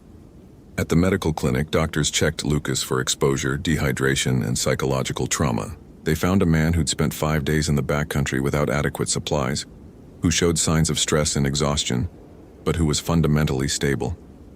The official report classified it as a case of hiker disorientation, possibly complicated by mild hypothermia and food deprivation. Lucas's ritual materials were logged as evidence of unusual religious practices, but not investigated further. The grimoire was returned to him with warning about attempting rituals that involved fire in protected wilderness areas. Benjamin filed his own report, documenting the fire circles, the carved symbols, the negotiated agreement with the Ifrit. His supervisor read it with increasing skepticism. "Reeves, this report talks about negotiating with a fire spirit. Are you seriously asking me to file this with the regional office?" "I'm documenting what happened. An entity was summoned through ritual. It claimed territory. I established protocols for coexistence. That's accurate reporting." "It's also insane. The regional office will think you've had a breakdown. Then file it as unusual incident, investigation ongoing. But the restricted zone around General Sherman needs to remain in place. That area is dangerous in ways standard safety protocols don't address." The supervisor compromised. General Sherman received additional restrictions, officially due to geological instability and potential thermal hazards. The area remained open for viewing, but with enhanced barriers preventing close approach to the tree's base. Benjamin returned to normal ranger duties, but he visited General Sherman regularly, maintaining what he'd come to think of as diplomatic relations with the Ifrit. The entity manifested rarely, usually as heat shimmer or brief flames that appeared and dissolved. But Benjamin felt its presence constantly, watching, waiting, maintaining its claimed territory. Dr. Rahman stayed in contact, fascinated by the successful negotiation between Park Service and Jinn. She published a paper on Islamic mysticism and environmental management, carefully avoiding specific details but arguing that traditional ecological knowledge, including acknowledgement of spiritual entities, had value in modern conservation work. Lucas Webb returned to Berkeley, resuming his mycology research. He had no memory of the trial, no recollection of facing cosmic truth that had nearly destroyed his mind. But he stopped researching Jinn summoning, stopped pursuing power beyond his understanding, focused instead on the fungal networks that had been his original passion. Benjamin received commendation for rescuing a missing hiker, though the commendation carefully avoided mentioning how or why Lucas had been found. His colleagues noticed changes. Benjamin seemed more philosophical, less prone to enforce rules without considering context, more willing to negotiate than command. On quiet nights, patrolling the giant forest sector, Benjamin would sometimes stop at the restricted zone and speak to the empty air, knowing the Ifrit listened. "Still here?" Heat shimmer would appear, responding without words. "Good. Keep the tree safe. That's the agreement." And the Ifrit would pulse acknowledgement, an entity of smokeless fire maintaining its territory, waiting for the next human who attempted summoning without authority, ready to offer trials that would either transform or destroy. Benjamin understood now what the Marines had never taught him, that strength wasn't about force alone, that survival sometimes required accepting harsh truths while choosing to matter anyway, that the warrior spirit meant knowing when to fight and when to establish protocols with entities beyond traditional combat capability. General Sherman still stood, larger than any living organism, older than most human civilizations, and at its roots, invisible to casual observers, a being of living flame maintained watch, bound by negotiated agreement to protect rather than destroy. Benjamin kept the grimoire locked in his office, evidence of the day he'd faced cosmic perspective and chosen stubborn meaning over comfortable nihilism, evidence that the sequoia forest held more than giant trees and hiking trails, that ancient places remembered old bargains between humans and entities that existed as organized fire, that rangers sometimes negotiated treaties instead of enforcing regulations. And in the restricted zone around General Sherman, where heat shimmer betrayed invisible presence, an Ifrit waited with the patience of elemental flame, ready to test the next summoner, ready to offer truth without mercy to those arrogant enough to demand power without understanding price. Hope you felt genuine terror. If you appreciate authentic horror rooted in real folklore, consider following for more stories. Which moment scared you most? Share your theory about what happened.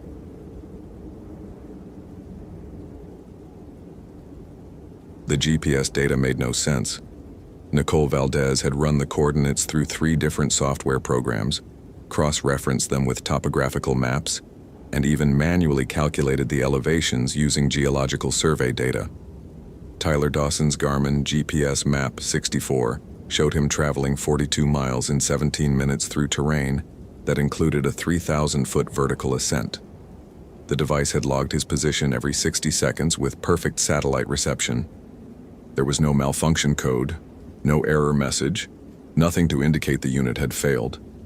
Just impossible data documenting an impossible journey through the Hoh rainforest section of Olympic National Park.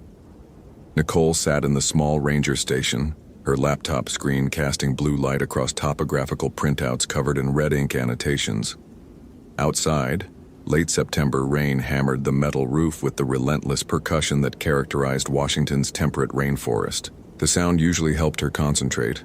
Tonight it felt like static, obscuring some crucial signal she couldn't quite detect. She'd been with the National Park Service for 8 years, the last 3 at Olympic. Before that, she'd completed a master's degree in forestry with a focus on wilderness navigation systems. Her thesis had examined GPS reliability in dense forest canopy conditions. She knew the technology's limitations intimately. What Tyler Dawson's device recorded wasn't a limitation. It was an impossibility that suggested either complete device failure or something her scientific training had no framework to address. The search had entered its 4th day. Tyler Dawson, 26, experienced backpacker from Portland, had set out alone on the Hoh River Trail at 6:47 a.m. on September 23, 2014. He'd checked in with the visitor center, displayed proper permits, carried appropriate gear including the Garmin unit, a Motorola 2-way radio, and enough supplies for 5 days. His itinerary indicated he planned to camp at the junction where the Hoh River Trail met the more remote eastern paths, then return via the same route. Standard trip. The kind of hike completed successfully hundreds of times each season. At 2:34 p.m., his Garmin had begun recording the impossible journey. Nicole pulled up the satellite imagery on her second monitor, overlaying Tyler's GPS track. The first 8 hours showed exactly what she'd expect. Steady progress up the Hoh River Trail, appropriate pace, logical rest stops. Then, the track exploded into chaos. The GPS showed him simultaneously in 6 different locations, his position jumping between coordinates separated by miles of old-growth forest and impassable ravines. The device logged him moving through areas where no trails existed, where the understory was so dense that movement would require machetes and hours of labor per mile. Then, at 2:51 p.m., all signals ceased. Still at it? Nicole looked up to find James Whitmore leaning against the doorframe, rain dripping from his NPS jacket. James was the senior ranger, 20 years in the park, a man who knew these forests with the intimacy of a lifetime. He'd led the initial search teams, organized the volunteer groups, coordinated with the county sheriff's department. Now, he looked exhausted, the kind of bone-deep weariness that came from days of searching dense forest, while knowing the odds decreased with every hour. "The GPS data doesn't make sense," Nicole said, turning the laptop so he could see. "Look at this track. He'd need to be moving at speeds that would require a vehicle, and there are no roads here. These coordinates put in places no human could reach in that time frame." James studied the screen, his weathered face creasing further. "Device malfunction? That's what I thought initially. But there's no error code. The unit was working perfectly, maintaining satellite lock, recording battery levels, all normal parameters. It just recorded him doing something physically impossible. GPS units fail weird sometimes. I've seen them put hikers in the middle of the Pacific Ocean. That's different. That's signal loss, satellite geometry problems. This is different. The device didn't lose signal. It recorded continuous movement through space in a way that violates physics. James rubbed his eyes. We've searched the entire probable area along his planned route, expanded the grid, brought in dogs. The canines lost his scent about 9 miles up the trail, right around where the GPS starts going haywire. Just lost it, like he evaporated. Nicole had read the canine handler's report. 2 separate tracking dogs had followed Tyler's scent to the same location, a small clearing beside the trail where the moss grew thick on the northern sides of the massive Sitka spruces. Both dogs had circled the area, whined, and refused to proceed further. The handler noted unusual reluctance and atypical behavioral stress response.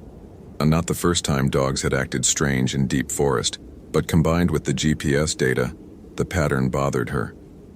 I want to go out there tomorrow, Nicole said, to the location where the dogs stopped. James hesitated.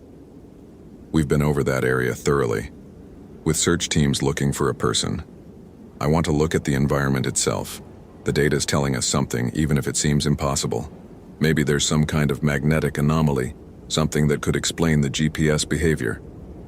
In the morning then, weather's supposed to break. James turned to leave, then paused. Nicole, I've been doing this a long time. Sometimes people just vanish out there. The forest doesn't always give them back. After he left, Nicole returned to the data. She pulled up geological surveys looking for anything unusual about that section of trail. Olympic National Park sat on the convergence of several tectonic features, but nothing that would explain electronic interference. She cross-referenced historical search and rescue records, looking for patterns. The list surprised her. 17 disappearances in the Hoh rainforest sector over the past 40 years. Not an alarming number for such a vast wilderness area, but what caught her attention were the details. 9 of the cases included recovered GPS or electronic equipment showing similar anomalous data, impossible tracks, contradictory coordinates, devices functioning normally while recording the impossible. In 6 cases, search dogs had lost the scent at approximately the same location where they'd lost Tyler's trail. Nicole created a map overlay, plotting the disappearances. They clustered around a specific area about 9 miles up the Hoh River Trail, spreading into the deeper forest to the northeast. The center point was the clearing where the dogs had stopped. She found herself reading incident reports from 1998, 2003, 2007. Similar patterns. Experienced hikers on routine trips. Sudden cessation of contact. Anomalous final data. One report from 2003 included a note from the lead ranger at the time. Local Maka sources indicate traditional avoidance of this area. No specific explanation provided. Nicole spent 20 minutes searching for any documentation of Native American cultural sites or sensitive areas in that section of the park. The official records showed nothing. But Olympics forests had been home to indigenous peoples for thousands of years before becoming a national park. Not all sacred sites were documented. Many had been deliberately kept secret during the early 20th century when the park was established. Knowledge preserved within tribal communities, but not shared with the federal government that had displaced them. At midnight, Nicole finally shut down her laptop. The rain had softened to a steady whisper. Through the window, she could see nothing but darkness, the absolute lightless black of old-growth forest at night, miles from any town. The kind of darkness that made the ranger station feel like a small island of human presence in something vast and indifferent. She thought about Tyler Dawson's mother, who she'd spoken with that morning. The woman's voice had been steady, controlled, but Nicole heard the terror underneath, the not knowing, the way a missing person existed in a quantum state of hope and dread, neither alive nor dead, until evidence resolved the ambiguity. Nicole gathered her rain gear. Her truck was parked 50 yards away, but in the darkness it felt like a significant journey. As she stepped outside, something made her pause. The night sounds were wrong. Olympics rainforest was never silent. The constant drip of moisture, the rustle of small animals, the occasional call of owls, the whisper of wind through the canopy. But right now, she heard nothing. Complete silence, as if every living thing had suddenly stopped moving. The moment passed. A branch creaked. Something small scurried through underbrush. The normal soundscape resumed as if it had never stopped. Nicole walked to her truck, unlocked it, climbed inside. As she started the engine, her headlights swept across the tree line. For just an instant, she thought she saw something standing among the massive trunks. A tall figure, impossible to gauge distance or size against the cathedral-like pillars of ancient trees. Then her lights moved, and there was nothing but forest. She drove back to her cabin in Forks, but sleep came slowly. The GPS data had lodged in her mind like a splinter. Impossible coordinates. Impossible speeds. A journey through space that couldn't have happened, recorded by a device that showed no malfunction. By morning, the rain had stopped. Nicole met James at the trailhead at 7 a.m. They carried standard SAR gear, radios, first aid, GPS units, water, emergency supplies. Nicole also brought her laptop and a portable electromagnetic field detector, the kind used to check for power line interference in survey work. The Hoh River Trail wound through forest that felt prehistoric. Sitka spruce and western hemlock towered 300 feet overhead, their trunks wider than most rooms. Moss covered everything: trees, fallen logs, rocks, creating a landscape of emerald and jade in 1,000 textures. Ferns erupted from every surface. The air was thick with moisture, and the scent of decomposition and growth occurring simultaneously. That distinctive smell of temperate rainforest, where death fed life in an endless cycle. They hiked in silence for the first hour. The trail was well maintained, carefully routed through the least sensitive areas, designed to minimize impact while allowing access to the forest. Nicole knew the statistics. Olympic's rainforests were among the last remaining old-growth ecosystems in the continental United States. Some of these trees had been seedlings when the Roman Empire fell. The forest had its own timeline, operating on scales that made human life insignificant. At mile marker 8, James pointed ahead. "The clearing's about half a mile further. You'll see where we set up the grid search base." Nicole checked her Garmin. The device showed their position accurately, maintaining steady satellite lock. She made a note of the coordinates, cross-referenced them with the topo map. Everything normal. The forest began to change. Subtle at first, the moss seemed thicker, the light dimmer despite the morning sun. The spaces between trees felt compressed, as if the forest was slowly closing in. Nicole attributed it to fatigue and suggestion. The human mind was excellent at finding patterns, even in randomness. They reached the clearing at 9:23 a.m. Nicole immediately understood why the search teams had chosen this spot as a base. It was one of the few relatively open areas, a roughly circular space about 40 feet across, where the canopy thinned enough to allow ferns and smaller vegetation to dominate. A fallen giant lay across one side, its massive trunk slowly being reclaimed by moss and insects and time. "This is where the dogs stopped," James said, pointing to a section near the fallen tree. "Both of them, circled right here, wouldn't go further up the trail." Nicole pulled out the EMF detector and began taking readings. The device measured electromagnetic fields, useful for detecting power lines, electrical interference, anything that might explain GPS anomalies. She walked a grid pattern, documenting readings every few feet. Everything was normal. Background levels consistent with natural environment. No anomalous spikes, no interference patterns. She knelt beside the fallen log, examining the moss.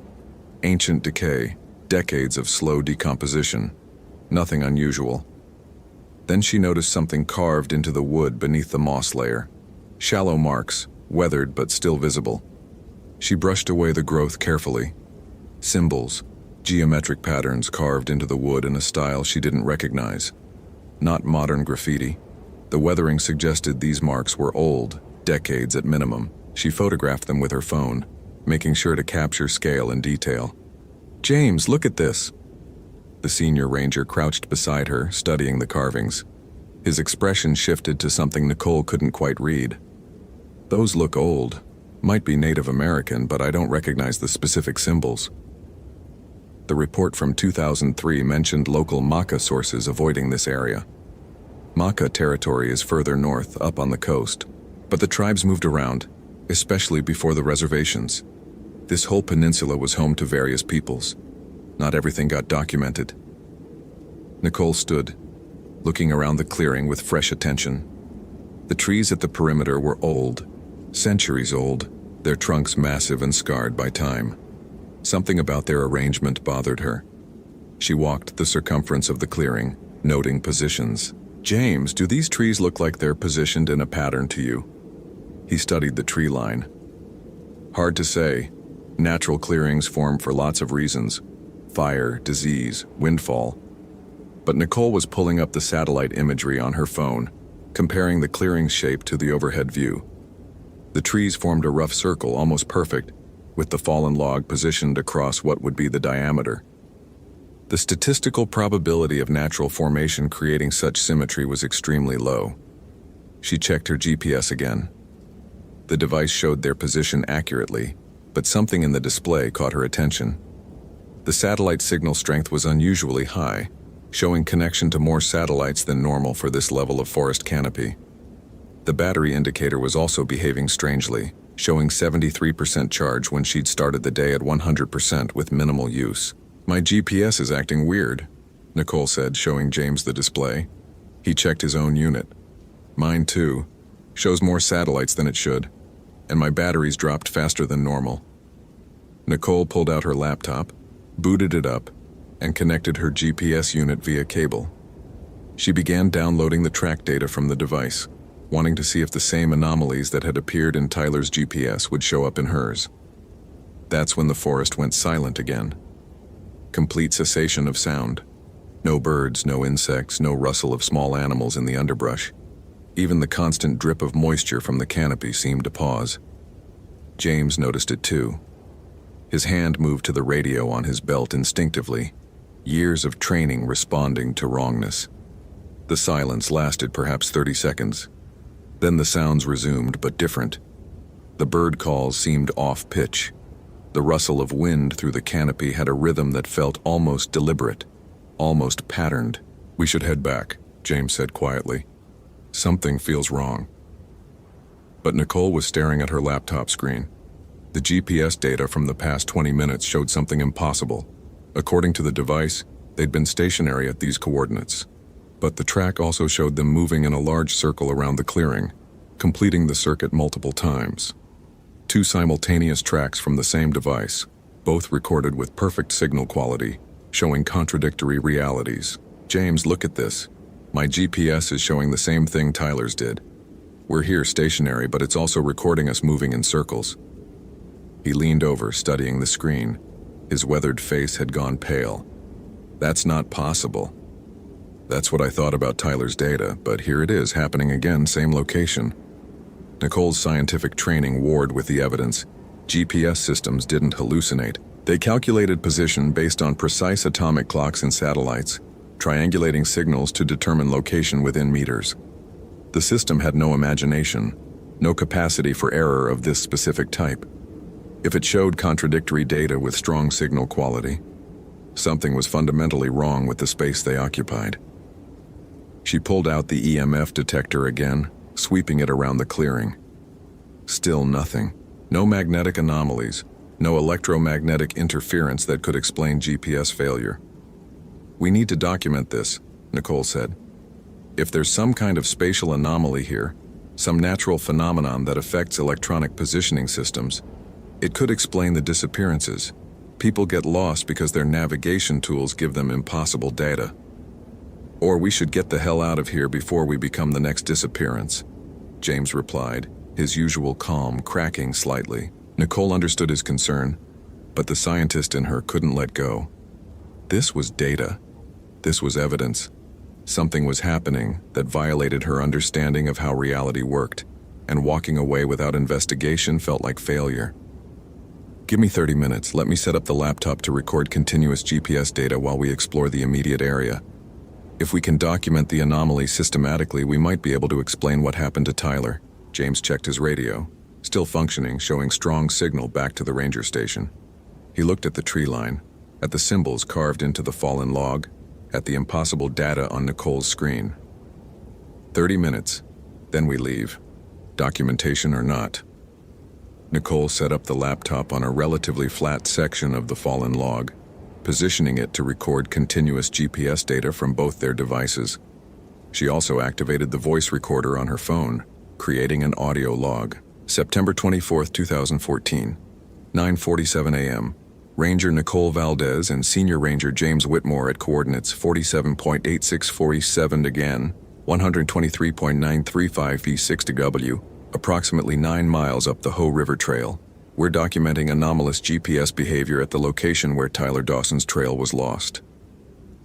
They began a systematic sweep of the area, moving outward from the clearing in a spiral pattern. Nicole photographed everything: the tree formations, the undergrowth patterns, any unusual features. James marked their route with biodegradable survey tape, creating a trail they could follow back. About 50 yards northeast of the clearing, they found the first backpack. It was half buried in moss and forest debris, weathered badly, the fabric rotted in places. James pulled it free carefully, checking for any identification. The remains of a permit holder were still attached, the laminated paper barely readable. 2007, James said quietly. This is from one of the other disappearances. Nicole's mind raced. They were miles from Tyler's known route, but they'd found equipment from a disappearance 7 years ago. Was this area searched back then? Should have been. Standard search radius would have covered this. James pulled out his radio. Base, this is Ranger Whitmore. We found evidence from a previous missing person case at coordinates. He paused, checking his GPS. His expression changed. Base, my GPS is showing coordinates that don't match my topographical position. Can you confirm our location via radio triangulation? Static answered him. Then a voice badly distorted. Why? You're breaking up. Repeat your ishin. James tried again, speaking slowly and clearly. Same result. Broken transmission. Impossible to establish clear communication despite both radios showing full signal strength. Nicole checked her phone. No cellular signal, which was normal in this area, but the phone was behaving strangely. The time display flickered, showing 9:52 a.m., then 3:34 p.m., then back to 9:52 a.m. The date briefly changed to September 23rd before reverting. We need to leave now, James said, his voice tight with controlled fear. Something is very wrong here. But Nicole was staring past him deeper into the forest. She could see something moving between the trees. Not animal movement. Too large, too deliberate. The shape resolved as she watched. A tall figure, humanoid but wrong in proportions. Too tall, limbs too long, movements that suggested joints bending in directions human anatomy didn't allow. The figure was covered in moss and bark and seemed to be part of the forest itself. As it moved, small plants grew and died in its wake, a corona of accelerated life and decay surrounding it. Where it stepped, the moss showed spiral patterns, the same geometric shapes carved into the fallen log.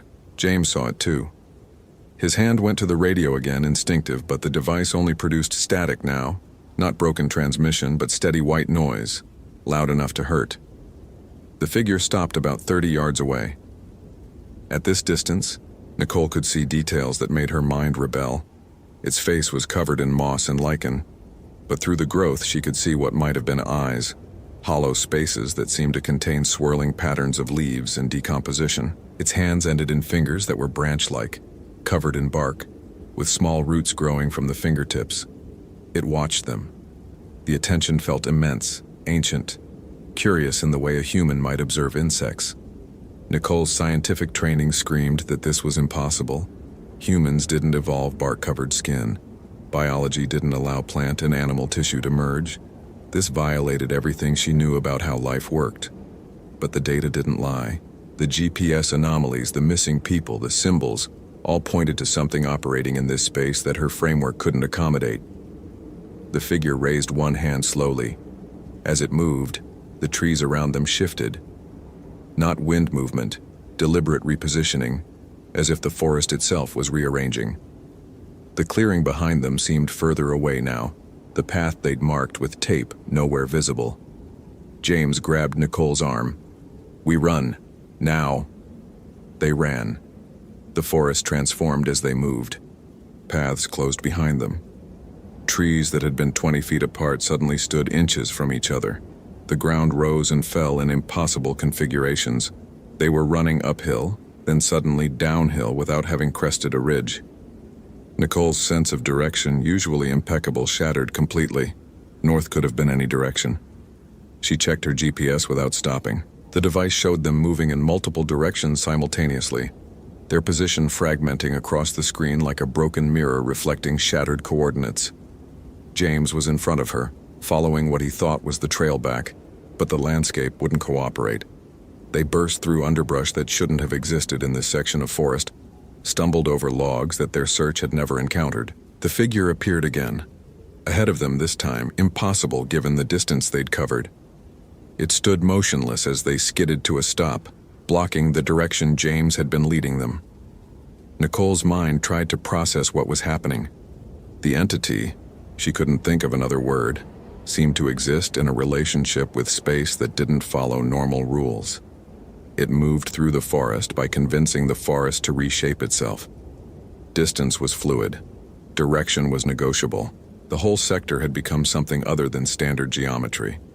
She thought of Tyler Dawson's GPS showing him in 6 places at once. Not device malfunction, accurate recording of impossible movement through space that had stopped following Euclidean rules. "We can't run from it," Nicole said, breathing hard. "It's not chasing us. It's changing where we are." James looked at her like she'd lost her mind, but his eyes also held recognition. He'd spent 20 years in these forests. He knew when something was fundamentally wrong. The figure moved closer. As it approached, Nicole felt the air change, thicker, harder to breathe, charged with something that made her skin prickle. The smell of moss and decay intensified until it was almost overwhelming. Then it spoke. Not words exactly. A sound like wind through branches, like roots grinding through soil, like the slow creak of trees swaying. But somehow, impossibly, Nicole understood meaning in the sounds. This was old, ancient. It had been here before the trees, before the mountains shaped themselves into their current form. It remembered when the ice covered everything, and when the ice retreated. It remembered the first humans walking these forests, and it remembered when they learned to fear certain places. The clearing was threshold, boundary. The geometric patterns marked where human space ended, and something else began. Tyler Dawson had crossed it. So had others before him. The forest didn't kill them. It accepted them, transformed them, made them part of the pattern that existed in the spaces between normal geography. Nicole felt the entity's attention focus on her. It recognized her effort to understand, her attempts to measure and document and explain.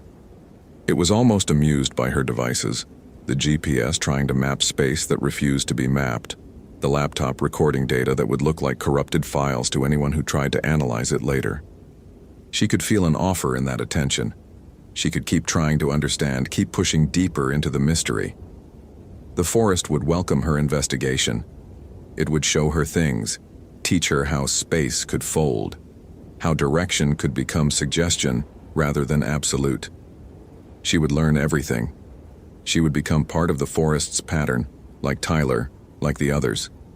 Her GPS would record impossible journeys. Search dogs would lose her scent at the threshold. Nicole felt the pull of it. The scientist in her desperate to understand, willing to sacrifice anything for knowledge. But another part of her, deeper and more primal, recognized this as the moment where curiosity became extinction.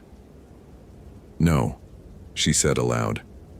The word felt small against the presence before her, but she said it anyway. "No." The figure tilted its head, that ancient attention sharpening. "I don't accept," Nicole said, voice steadier. "I don't want to understand this. I choose ignorance. I choose to leave." James was staring at her, clearly not hearing what she heard but responding to her tone. He stepped beside her, shoulder to shoulder, adding his weight to her refusal. The forest held its breath.